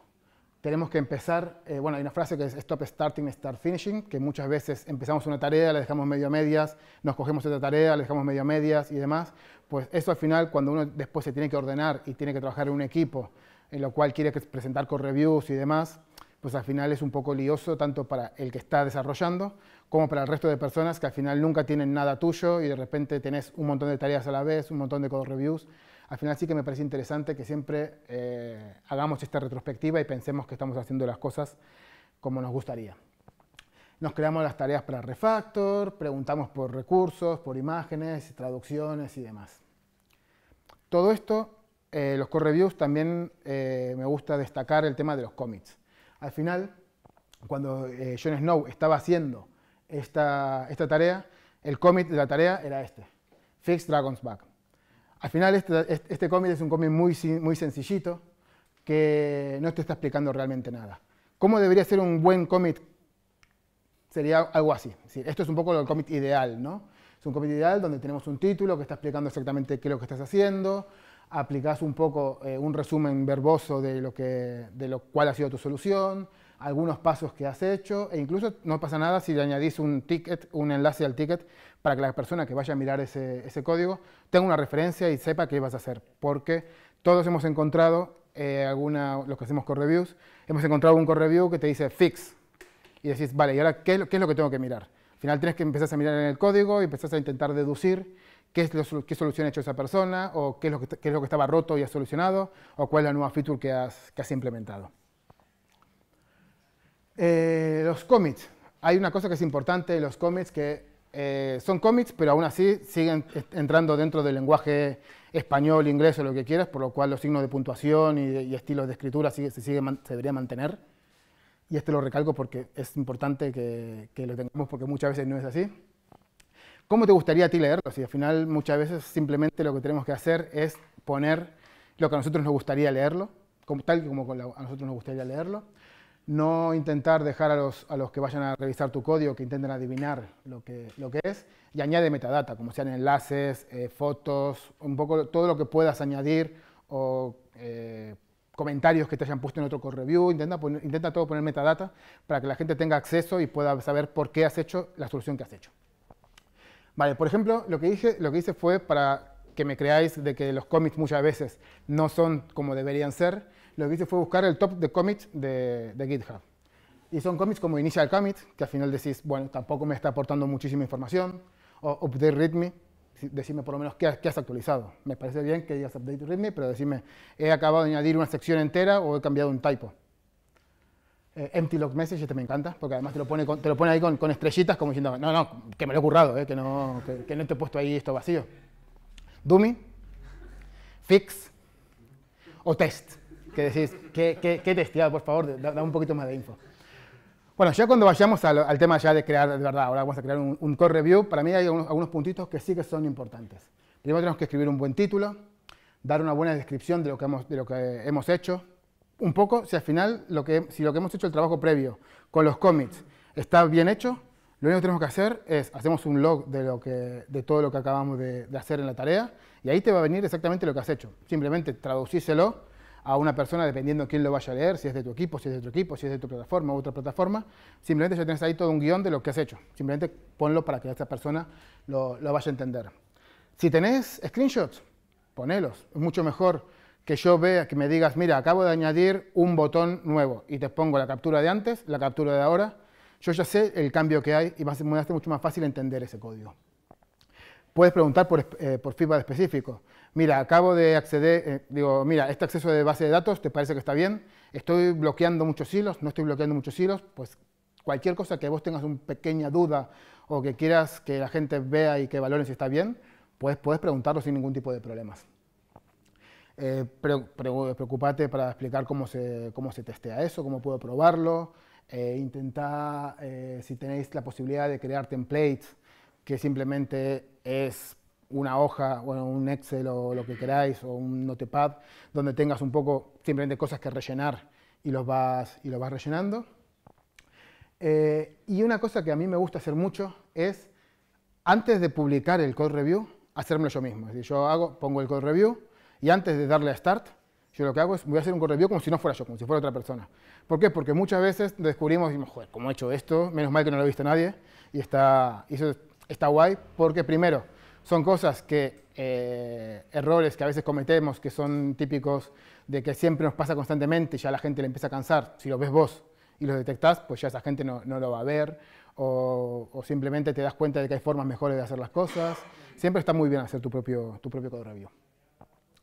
Pero sí que para mí hay unas cosas que son blockers, que muchas veces se nos pasan por alto, que es las reviews, bajo mi punto de vista, no deberían ser más de 200 líneas. A partir de más de 200 líneas, o 400, depende del equipo, un poco que se pongan los números, es un poco, dependerá del equipo. Cuando llega un momento que la review es demasiado larga, al final, ¿qué hacemos? Pues la miramos con menos intensidad, decimos, vale, mira, ya he mirado estos 8 ficheros, me quedan 25 más, pues ya está, para mí está bien, ya si en estos 8 ficheros no encontré nada, vamos a darle a continuar. Que el código no compile, muchas veces, muchas cosas de estas se pueden automatizar, pero si el código no compila, no debería llegar a una code review. Si el código no funciona, no debería llegar a un code review. Si no pasa los tests, no debería llegar a una code review. Si no soluciona el problema tal y como me lo especifica el ticket, no debería llegar al code review. No estamos siguiendo todo lo que los acuerdos que hemos llegado como equipo, no debería llegar a una code review. Y son cosas que parecen muy obvias, pero muchas veces nos pasa a todos. A todos nos pasa que nos saltamos algunos de estos puntos y si no los tenemos por ahí escritos, si hacemos un checklist de si todo esto está pasando, pues a veces puede ser un poco pesado para el resto de compañeros. Automatización, con esto que lo que hablábamos un poquito antes, ¿no? Al final hay una frase de un ingeniero de Microsoft que dijo: "The most powerful tool we have as a developer is automation". Sí. Y tiene razón, hay un montón de cosas que podemos automatizar, ya sean los lint, check styles, si la build compila, si no compila, si pasa los tests, hacer screenshot testing, generar versiones, todas las cosas que nosotros podamos automatizar, está bien que las automaticemos. ¿Por qué? Porque son cosas que ya tenemos que dejar de chequearlas nosotros a mano. Entonces nos deja la libertad de poder dedicar cosas, dedicar el tiempo y los recursos a cosas que realmente nadie, ninguna máquina puede hacer. Vale, ya entramos en la parte de lo que es la review en sí. Primero, para preparar una review, ¿qué tenemos que hacer? Pues leer la issue primero, entender qué es lo que qué es el problema que se está intentando solucionar, pensar cómo lo resolveríamos nosotros, porque al final podemos empezar a hacernos una idea general de qué podemos buscar y qué podemos esperar dentro de esa review. ¿Qué problemas podríamos llegar a tener? Descárgate el código, es decir, descárgate el código, hazte un git stash. Si muchas veces esto que pongo ahí de git stash y second repo es un tip que muchas veces es interesante porque estoy con mi desarrollo, de repente me llega un code review, digo, venga, va, me voy a poner con el code review. Me pongo con el code review, pero digo, vale, no me puedo descargar el código porque tengo aquí cosas que no quiero comitear ni demás, pues te es un git stash, te stashea eso, te lo deja como en una nube límbica. Vos podés descargarte el código, podés probar y ver lo que está haciendo ese código de esa review, y luego podés hacer un git stash pop y te vuelve a traer todo lo que tenías vos antes. Sí. Un inciso solamente, ya que has hablado de git stash, ¿hay posibilidad de que tú estés en un equipo, hacer un stash y irte a otro equipo y poder recuperar ese stash? No, porque es local. No es local. No puedes remitirlo ni por una rama tuya ni nada. No sé, habría que ver si se puede hacer alguna magia rara, pues eso habría que buscarlo. Me tengo que ir ya para casa, lo que sea, quiero seguir en la casa, pero no quiero hacer un cómic y al final termino haciendo un cómic. Claro. Sí, sí, no, claro. Sí, sí. Pero al final tengo que tener una rama de mi rama. Sí. Las otras ramas sí se podían. Vale. Simplemente por si se podían. Me parece bien. No, de forma estándar no. No sé si se podrá hacer algún tipo de magia de meter en algún lado una carpeta compartida, sincronizada o algo, pero vamos, en principio no lo creo. Otra opción también cuando estamos haciendo, en vez de hacer un git stash, yo tenía un compañero que tenía otro repo, tenía clonado el repo en otra ruta, entonces de vez en cuando él tenía su repo aquí con cambios que no quería comitear, se iba al otro repo, se descargaba el código, lo miraba, navegaba y hacía el code review y después volvía a su repo principal. También puede ser una opción. Take a coffee. Es muy importante que cuando vayamos a hacer una code review, estemos tranquilos, estemos relajados y no estemos intentando hacerlo con prisas. ¿Por qué? Porque estamos valorando todo el trabajo de una persona. Alguien le ha dado muchísimo esfuerzo en desarrollar una parte del código. Lo interesante sería que nosotros les prestemos mucha atención. ¿Para qué? Para intentar mejorar ese código. ¿Qué no deberíamos buscar en un code review? Pues formatting y code style, para mí, eso no debería entrar dentro de un code review. ¿Por qué? Porque tenemos herramientas que pueden automatizarlo. Es decir, no me gustan esos code reviews, pero todo esto es personal, todo esto es una opinión mía, ¿no? A mí no me gustan los code reviews en los que lo que más se habla es, joder, es que a mí no me gusta esta indentación, ¿por qué no le pones tabuladores? ¿O por qué no le bajas? Y a mí el if sin paréntesis, sin braces, no me gusta, quiero que lo pongas siempre los braces con una línea abajo. Sí, son cosas que me parecen que están bien, que debatirlas como equipo, pero tal vez no una code review. No vayas más allá del div.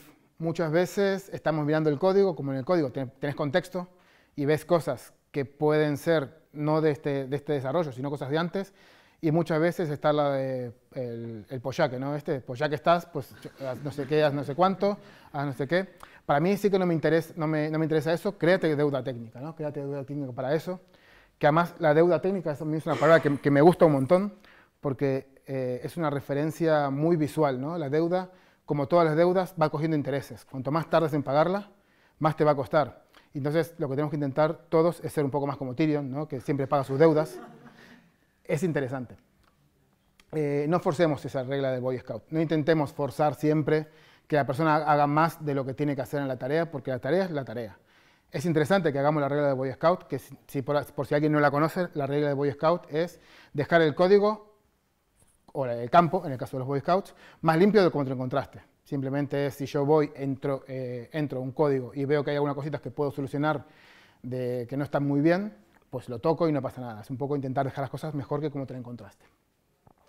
Y no vayamos a buscar palabra por palabra. Es decir, cada uno tiene un gusto en el código. A mí que de repente en lugar de utilizar un if utilizas un switch, no creo que sea algo tan importante, a menos que sea un punto muy específico de performance que estás buscando, pero en términos generales me da igual que sea un while, un for, un if o un switch, ¿no? Al final creo que muchas veces caemos en ese detalle, en esas tan pequeñas peculiaridades que nos dejamos de ver un poco la big picture. Básicamente, no seamos nazis, ¿no?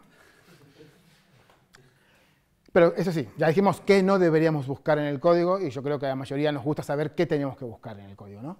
¿Qué podemos buscar? Primero es importante saber qué es lo que le importa a tu compañía, ¿no? Porque al final si tu compañía quiere sacar las cosas rápido, tal vez en algún momento sí que puedes decir, vale, me tomo una licencia, no me tomo una licencia. Si tu empresa es una empresa que quiere ir mucho más a largo plazo, pues vamos a intentar hacer las cosas bien. Si es una MVP, pues tal vez hay algunas licencias que te puedes tomar y demás. El aha effect, esto es un poco relacionado con lo que decíamos antes, ¿no? De que vos pensés un poco cómo podrías solucionarlo o los problemas que pudieras tener. Está guay pensarlo porque cuando te vayas al código y empieces a mirar cómo lo solucionó la persona, tenés el aha effect, que es el aha. Lo has solucionado así, no se me había ocurrido.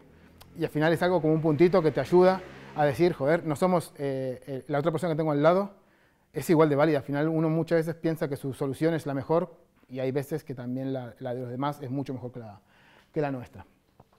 También tiene que buscar cómo soluciona el problema, tiene que buscar si hay test y el código usable. ¿A qué me refiero con código usable? Es básicamente un código que no explote. Acá había un GIF de explosión mágica ahí de Juego de Tronos, que es un spoiler para los que no supieran. ¿Qué es el código usable? Para mí, básicamente se basa en tres cosas, ¿no? Que sea un código que sea entendible, extensible y mantenible. ¿Qué puedo buscar dentro de un code review para intentar encontrar estas tres cosas? Buenas estructuras de datos, reusar en lugar de reescribir, patrones de diseños, principios solid, intentar buscar problemas de seguridad, mantener agreements y una cosa que para mí, que en algunas empresas hemos llamado BROX, que es el Visual Review OK, que es que nosotros nos descarguemos el código y lo ejecutemos. Si trabajas en backend, pues a veces no hace falta tener esa parte visual, pero nosotros que trabajamos en la parte más de front, por decirlo de alguna forma, sí que es interesante descargarnos el código, ejecutarlo y ver que eso funciona tal y como funcionaba, ver que los píxeles están como tienen que estar, que ese botón está bien alineado abajo con el margen que tiene que tener. Todo eso es interesante porque en un code review no solamente estamos mirando el código, sino cómo ese código está aplicado a la solución final. ¿Cuándo deberíamos dejar de hacer este code review, este proceso de comentarios? Porque hay veces que yo he encontrado, yo he visto por ahí code reviews que tal vez tienen 25, 50, 70 comentarios. Hay veces que eso te puede estar indicando que hay algo que falla ahí. Hay veces que en lugar de empezar a discutir entre dos personas, es mejor que te vayas offline, ¿no? Como dice ahí, go offline. Y go offline no significa solamente que te vayas y te sientes a tomar un café y hablar de ese tema, que me parece muy bien. También puede ser gente que esté en remoto, como Saúl. Sal de esa herramienta y vamos a hablarlo, vamos a intentar encontrar una solución, un punto de acuerdo, porque si yo te estoy comentando, te pongo un comentario, a las 2 horas me respondo y a las 3 horas te respondo y al final esto que debería ayudar al desarrollo muchas veces empieza a enquistarse y ya empieza a doler un poquito. También muchas veces tenemos que decir, ¿realmente esto que yo estoy diciendo tiene sentido? Es decir, es tan importante que, un poco lo que decíamos antes, ¿no? Que este switch se quite y mejor sea un if. Tal vez hay veces que soluciones que para nosotros nos parecen importantes, cuando nos ponemos a pensarlo, nos da igual que esté hecho de una forma u otra. Al final no hay una diferencia de performance, no hay una diferencia de nada, simplemente es que cada uno tiene su gusto de desarrollador y a una cosa le gusta más que otras. Y no tenemos que enfrascarnos y encerrarnos en eso. Comentarios. Esto es importante. Hate the code, love the coder. Esto sí que me parece importante porque no sé si conocéis el proyecto Aristóteles de Google. ¿A alguien le suena? Vale, el proyecto Aristóteles, al final, todo el mundo puede pensar que en Google todos los equipos que hay son equipos de alto rendimiento, ¿no? Son equipos que, trabajan infinitamente bien. Sí y no, sí, hay muchos equipos que trabajan muy bien, pero otros equipos tal vez no tanto. Entonces, la gente de Google, que le gusta eso de que todo vaya bien, dijo, lo que voy a hacer es analizar qué es lo que hace que algunos equipos vayan bien y otros equipos vayan mal. ¿Por qué? Bueno, ¿por qué se llama el proyecto Aristóteles? Básicamente porque el todo es más grande que una de sus partes, que la suma de cada una de sus partes. Al final lo que intentaban es ver por qué todo un equipo entero era mejor que los pequeños equipos, porque muchas veces equipos que estuvieran con la mejor gente, que solamente estuvieran integrados por mejor gente, no daban el mejor resultado. Hay veces simplemente que personas que tuvieran menos resultados académicos, menos experiencia y demás, trabajaban mejor, o a veces no, a veces la gente con más experiencia trabajaba mejor. No había una relación directa entre los estudios, o la experiencia y demás cosas, ¿no? Al final se dieron cuenta que la inteligencia no era la media de la suma de la inteligencia de cada uno de los individuos, que la inteligencia colectiva crecía a medida que todo el mundo participaba, ¿no? Es decir, no es lo mismo. El equipo era mejor cuando todos los integrantes participaban y no había algunos que se quedaban un poco relegados. Y el social awareness, ¿no? Es un poco estar preocupados y saber qué es lo que sienten las otras personas, saber cómo, sin ni siquiera que tenga que hablar la otra persona, saber detectar cuándo alguien está mal, cuándo alguien está bien, cuándo una reacción tuya ha sido buena y ha sido mala, ¿no? Al final, todo esto se basa en la seguridad psicológica, ¿no? Que aquí pone el sentimiento de confianza de que un equipo no te va ni a avergonzar, ni rechazar, ni castigar por hablar. Esto es lo que se dieron cuenta que era lo más importante en un equipo. Se dieron cuenta que tener libertad de poder ser cada uno como es y expresarse bien, eso es lo que realmente hacía que un equipo fuera mejor. Además que también son gente de Google, ¿no? Que no es cualquier persona que estaba ahí, pero sí que todo esto ayudaba a que el equipo fuera mejor. ¿Por qué viene todo esto? Porque para mí sí que es muy importante que cuando vayamos a hacer un code review trabajemos todo este tipo de cosas, ¿no? La empatía. La empatía es intentar ver el mundo como lo ve otra persona, de una forma que no juzguemos, que intentamos entender los sentimientos de la otra persona y no solamente entenderlos, sino decirle y expresarle lo que vos has entendido de esos sentimientos. ¿Por qué? Porque eso hace que se genere una confianza. Se genera una confianza en la cual, si yo cuando te pongo un comentario, ya me conoces, ya tenemos ese vínculo que no va a hacer que pienses mal, que yo te estoy poniendo las cosas porque soy un tocanarices o porque quiero molestar, sino porque yo entiendo cómo te sentís. Cosas como, por ejemplo, podría ser, entiendo que ya has trabajado mucho en esta tarea, pero yo creo que si le damos una vuelta a este componente, pues podemos mejorarlo. Es decir, es importante que vos digas que sabés que le has dedicado mucho tiempo a esa tarea, que le has dedicado mucho esfuerzo. Si no, es como que estás banalizando un poco su trabajo y a nadie nos gusta que nos hagan eso a nosotros. Entonces, al final, es importante tener todo ese tipo de cosas en cuenta. El humor. Al final, a todos nos gusta que poner un comentario, un GIF de giphy.com y que saque un par de risas y demás. Al final, eso hace que un comentario que podía parecer un poco duro o doliente, tenga un poquito más de gracia, ¿no? Y el ego. Esto sí que es complicado, porque todas las decisiones que nosotros tomamos sobre code reviews tienen en cuenta que hay muchísimo ego y muchísimo orgullo envuelto, tanto en el lado del developer como en el lado del desarrollador, ¿no? Esto es un poco lo de siempre, de ver quién la tiene más larga, así hablando mal y pronto. Esto es un poco lo que quiere decir. Porque el ego es importante. Para los que no sepan lo que es el ego es ese argentinito que todos llevamos dentro. Es más, con el Papa había un problema, ¿no? Porque como el Papa es argentino, la gente no sabía si se iba a poner Jesús II o algo así de nombre. Vale, ahora vamos a hacer un pequeño jueguecito, ¿no? El Game of Comments se llama. Yo lo que voy a hacer es poner un code review, un comentario de una review y la gente va a decir cuánta gente cree que ese está bien puesto ese comentario y cuánta gente cree que ese comentario podría ser mejorado, ¿vale? ¿Estamos? ¿Sí? Por ejemplo, el nombre de esa variable no es clara. No haga siempre lo mismo. ¿Quiénes piensan que ese es un buen comentario? ¿Nadie? ¿Quiénes piensan que ese es un mal comentario? Bueno, bastante gente. Bien, para mí sí que es un mal comentario por el simple hecho de poner la palabra always, porque podrías decir que esa variable no tiene un nombre claro y que no lo hagas. Pero lo del always son típicas palabras que alguien te puede decir. No es siempre. Ayer hice un code review y esto no te lo puse. ¿Sí? Y tienes razón. Y al final ya estás entrando en una guerra dialéctica que no te va a llevar a ningún lado porque ya estás viendo a ver quién tiene razón. Que no, yo digo siempre, pero bueno, es el 95% de las veces. O no, al final son cosas que lo único que generan es un poquito de roces, ¿no? ¿Cómo podría ser un comentario un poco mejor?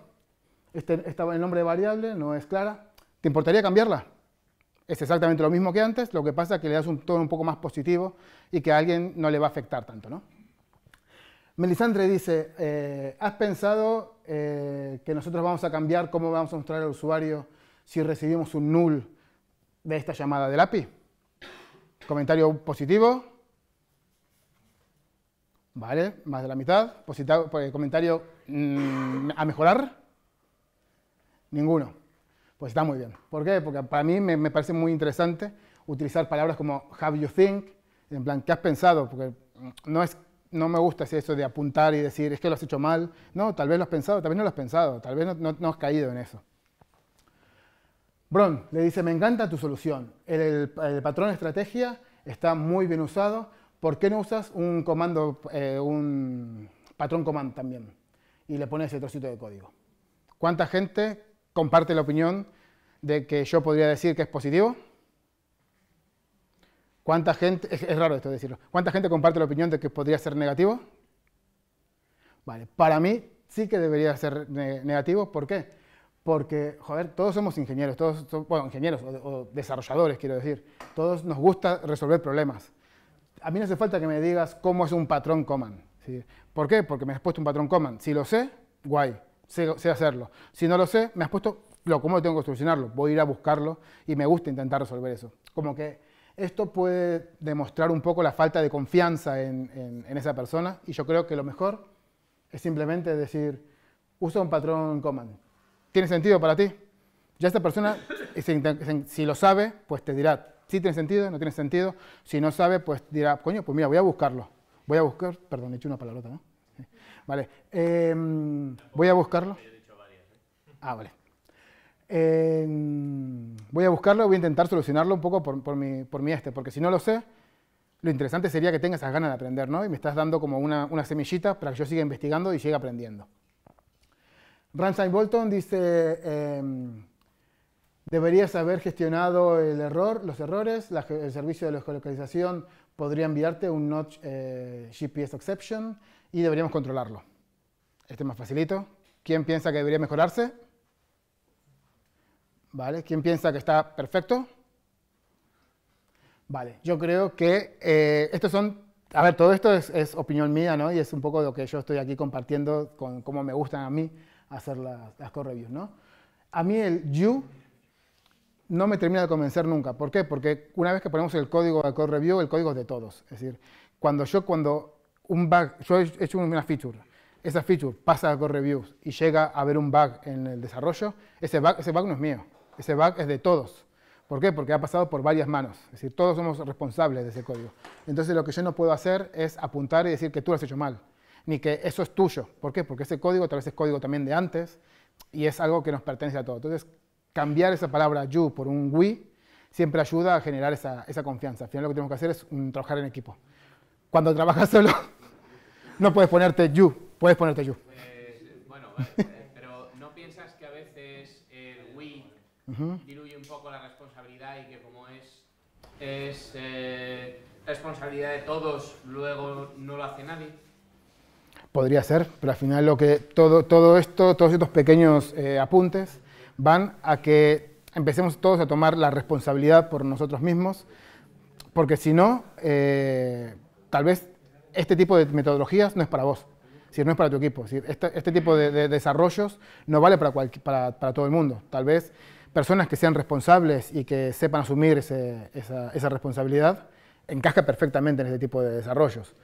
Hay gente que no encaja en este tipo de desarrollos y ahí lo que hay que hacer es buscar otras posibilidades o intentar hacer que esa persona entre en este círculo. Pero si las personas no se responsabilizan, pues tampoco te va a mirar un code review. Y que alguien que no te mire un code review y te le dé un approve es peor que no exista code review, para mí. ¿Sí? Vale. No nada más. Vale, entonces por aquí esto es, me he dado cuenta que nosotros, el Do You Mind, son como pequeños palabritas que te pueden ayudar siempre a reducir esa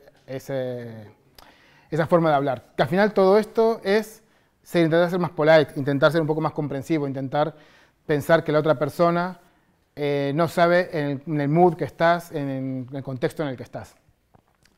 Por ejemplo, este es un comentario bastante interesante que hizo Linus Torvald, que dice, no hay palabras suficientes en inglés, por lo cual yo te voy a llamar perkelin bichupá, que solo expresa mi disgusto y mi frustración con esta mierda. Y este es un comentario real que ha puesto ahí. ¿Por qué pongo esto? Porque que seamos buenos técnicos no significa que seamos buenos haciendo reviews. ¿Sí? Tenemos que darnos cuenta que esto seguramente él lo haya hecho bien, lo haya hecho con toda su buena intención, seguramente. ¿Por qué? Porque le faltan cierta empatía y demás, y no sabe que esto le puede hacer daño a alguien. Por último, recibir feedback, ¿vale? El recibir feedback es algo complicado porque nos hace salir de nuestra zona de confort, ¿no? Invertimos muchísimo tiempo en nuestro código y lo ponemos a la disposición de todo el mundo, por lo cual muchas veces confundimos nuestro código con nosotros mismos y que en lugar de estar valorando el código nos están criticando a nosotros. Por eso sí que yo creo que eso es importante y hay que saber que estamos saliendo de nuestra zona de confort, que es algo que nos está ayudando a crecer un poco, ¿no? ¿Qué tenemos que tener en cuenta siempre que recibimos feedback? Para mí tenemos que darnos cuenta que el feedback es un regalo. Es decir, hay alguien que ha dedicado su tiempo para ayudar a que vos mejores, a que tu código mejore, a que el código de toda la aplicación, de nuestra aplicación, mejore. Nosotros no somos nuestro código. Que alguien diga que hagas un cambio no significa que esa persona piense que tú eres mal desarrollador o que no te preocupas, sino simplemente te está ayudando a mejorar. Be open-minded, siempre hay que tener en cuenta que las cosas que alguien te diga, por lo menos léelas, piensa a ver si eso tiene sentido o no tiene sentido. Muchas veces los comentarios parecen mucho más rudos cuando están por escrito que cuando están hablando. Yo te puedo decir una frase que yo te estoy escribiendo y me estoy riendo, pero cuando vos la lees estás enfadado por lo que sea y la lees de otra forma. Cuando te enfades y quieras responder rápidamente a un comentario, tómate tu tiempo porque seguramente tal vez lo hayas malentendido. Mejor esperar 10 segunditos y pensar si realmente esa es la respuesta que querés hacer.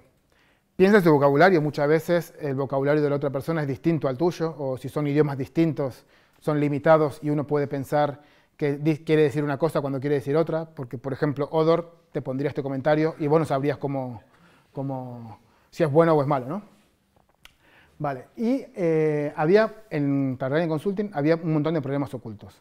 Y yo aquí quiero que también hagamos un jueguito como hizo Tyrion, y que levantemos la mano con frases que nos sintamos o nos hayamos sentido identificados en algún momento de nuestra vida. ¿Vale? Yo también voy a jugar y voy a ser sincero. Solo quiero cerrar mi ticket. Sí. Todas estas son cositas que Tyrion se fue dando cuenta que era lo que estaban pasando en la empresa, ¿no? Voy a esperar a que alguien la pruebe y yo también después la pruebo. Este es el rockstar de la empresa, y no le puedo poner comentarios. Eso ha pasado mucho. Uf, otro core review. Por ahí veo 2 manos levantadas, ¿eh? Voy a hacer el Terminal of Service Review. Esto, por si alguien no lo sabe, es lo de... Y le das OK, ¿no? Vale.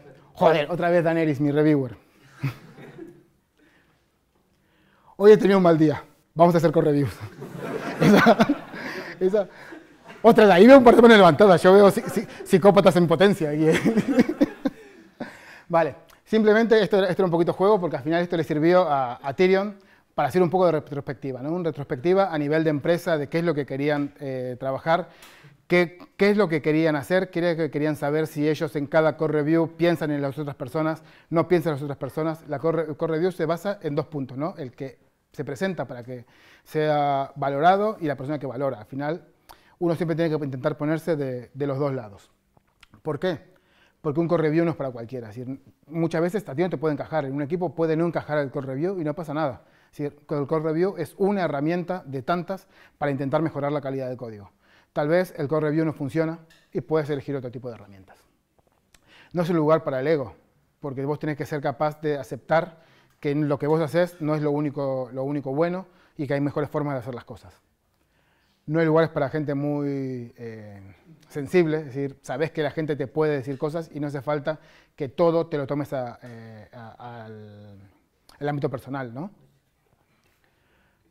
No está diseñado para lo que yo llamo el Schedule Driven Development, ¿no? El desarrollo guiado por el calendario, que esto es cuando te importa más que se cierre la tarea mañana a que se hagan las cosas bien, porque si se cierra mañana, pues me parece perfecto, no hay ningún problema, es tu forma de trabajar, pero no te va a dar tiempo a hacer este tipo de cosas. Y al final, ¿qué va a hacer?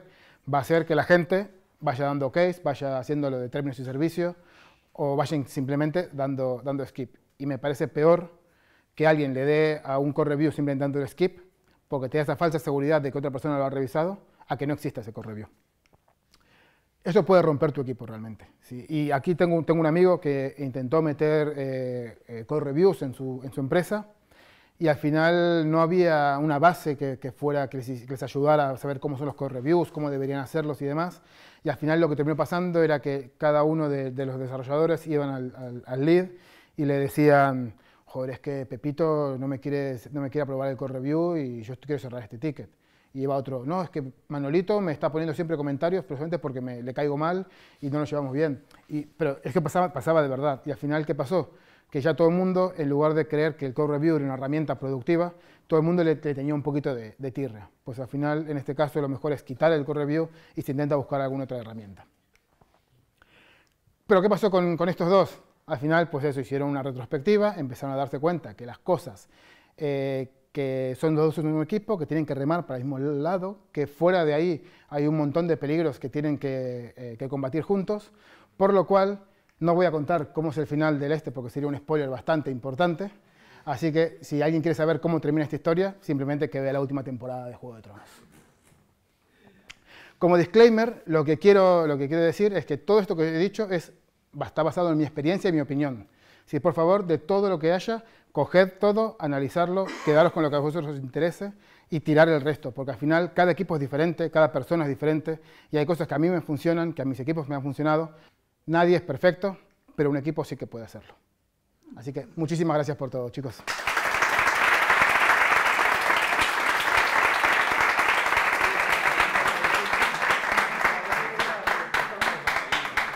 Muchas gracias.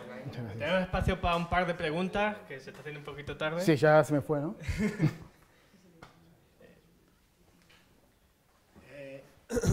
Yo quería preguntar, has dicho que las code review no te gusta que sean de más de 200 líneas. ¿Seguís alguna estrategia a la hora de, cuando tenéis features muy grandes, cómo llevar vuestro código a producción manteniendo esa regla de no tener pull request de más de 200 líneas? Al final no tenemos estrategias 100% definidas, siempre se basa un poco dependiendo del contexto, dependiendo de la tarea que sea y demás, pero cuando trabajamos con herramientas que nos dan la posibilidad de elegir distintos commits, ¿no? Entonces, al final lo que nosotros hacemos es decir, vale, voy a intentar crearme mis grupitos de código y te digo 200 y tal vez te he metido una review de 400 y no va a pasar nada, la gente te lo va a aceptar. Lo que sí que intentamos es limitar, tener presentes esos 200 para saber que me estoy pasando el doble de lo que debería ser normal, por lo menos tenerlo en la cabeza. Muchas veces lo que podemos hacer es crearnos distintas ramas, porque ya no solamente con los reviews es interesante ir haciendo esos pequeños steps, sino también nosotros creemos que también es interesante, cuanto antes puedas meter cosas en producción, mejor. Entonces, al final, esa metodología, esa forma de pensar, esa forma de dividir las tareas, de dividir las historias que nosotros tenemos, son un poco, a veces conscientes, a veces inconscientes, para intentar poder ser capaces de cuanto más rápido pasar una code review, de cuanto más rápido ese código vaya a producción, más tranquilo nos va a dejar. Porque si yo tengo 2.000 líneas, y esas 2.000 líneas van a producción, si tengo un bug, puede estar en 2.000 líneas. Si lo voy metiendo a 50, pues va a ser mucho más fácil de encontrar ese bug. Nada. Última pregunta. ¿Otra pregunta más? Mira, más que de code review es del paso antes, de la programación. Sí. Yo siempre había oído que un código, una frase muy antigua, vale tanto como valen los comentarios del código, ¿no? Sea en el propio código o en papel, si quieres, pero vamos a pensar en el código. Y el otro día un chico joven que programa me dijo que en su empresa tienen prohibido comentar el código y eso me dejó alucinado, ¿no? Entonces, ¿tú en qué lado estás? ¿En la juventud loca esta o en lo clásico? Sí. Yo tengo una edad que debería estar más de la otra, pero sí, yo sé que soy de los que creen que el código debería ser autocomentado, es decir, la documentación del código debería ser autodocumentado. Es decir, al final yo no necesitaría tener que estar añadiendo código, comentarios, si mi código es suficientemente entendible. ¿Sí? Yo normalmente pones un comentario cuando estoy diciendo voy a poner algo que la gente no va a entender o que no quiero que la gente se lea mi código. Pero yo si intento hacer el código lo más fácil posible, pues yo puedo poner el código, simplemente el código, y la gente que lo lea diga, pues ya sé lo que hace. Hay veces que yo también pongo comentarios, es decir, no, tampoco hay que irse al otro extremo de nunca poner comentarios, porque hay reglas de negocio que tal vez para uno no tienen ningún tipo de sentido, y decir, mira, aquí para mí que el usuario no tenga saldo es un -2, pues eso lo puedes poner en un comentario. El API me devuelve un -2 cuando el usuario no tiene saldo. ¿Por qué? Porque son cosas que seguramente haya un documento del API, de documentación donde esté escrito, pero si lo tengo en el código, mucho más fácil. Cuando mañana diga, ¿por qué tengo aquí un 2? Yo creo que es un 3. Vas a ver que en el comentario te ponía, no, aquí ponía un 2. Supongo que por donde iba esa línea es que al final, si abusas de esos comentarios, a veces se utiliza como una especie de herramienta para uno clarificar ese código, ¿no? Y utilizarlo de alguna manera, en plan, te comento todas las líneas y lo que es la línea en sí a lo mejor un desastre, pero como se entiende lo que es el comentario, al final entonces es como buscar un punto medio, ¿no? Sí, no, y además cosas que yo he visto comentarios de un get y pone, esto te devuelve el nombre. Y decís, a ver, yo creo que no hacía falta que me pusiese este comentario, podría entenderlo. Al final llegamos a un momento de estamos más tiempo escribiendo comentarios y escribiendo documentación que escribiendo código. Yo creo que ya no tenemos más tiempo para preguntas, ¿no? Ya está. Bueno, muchísimas gracias. Muchísimas gracias.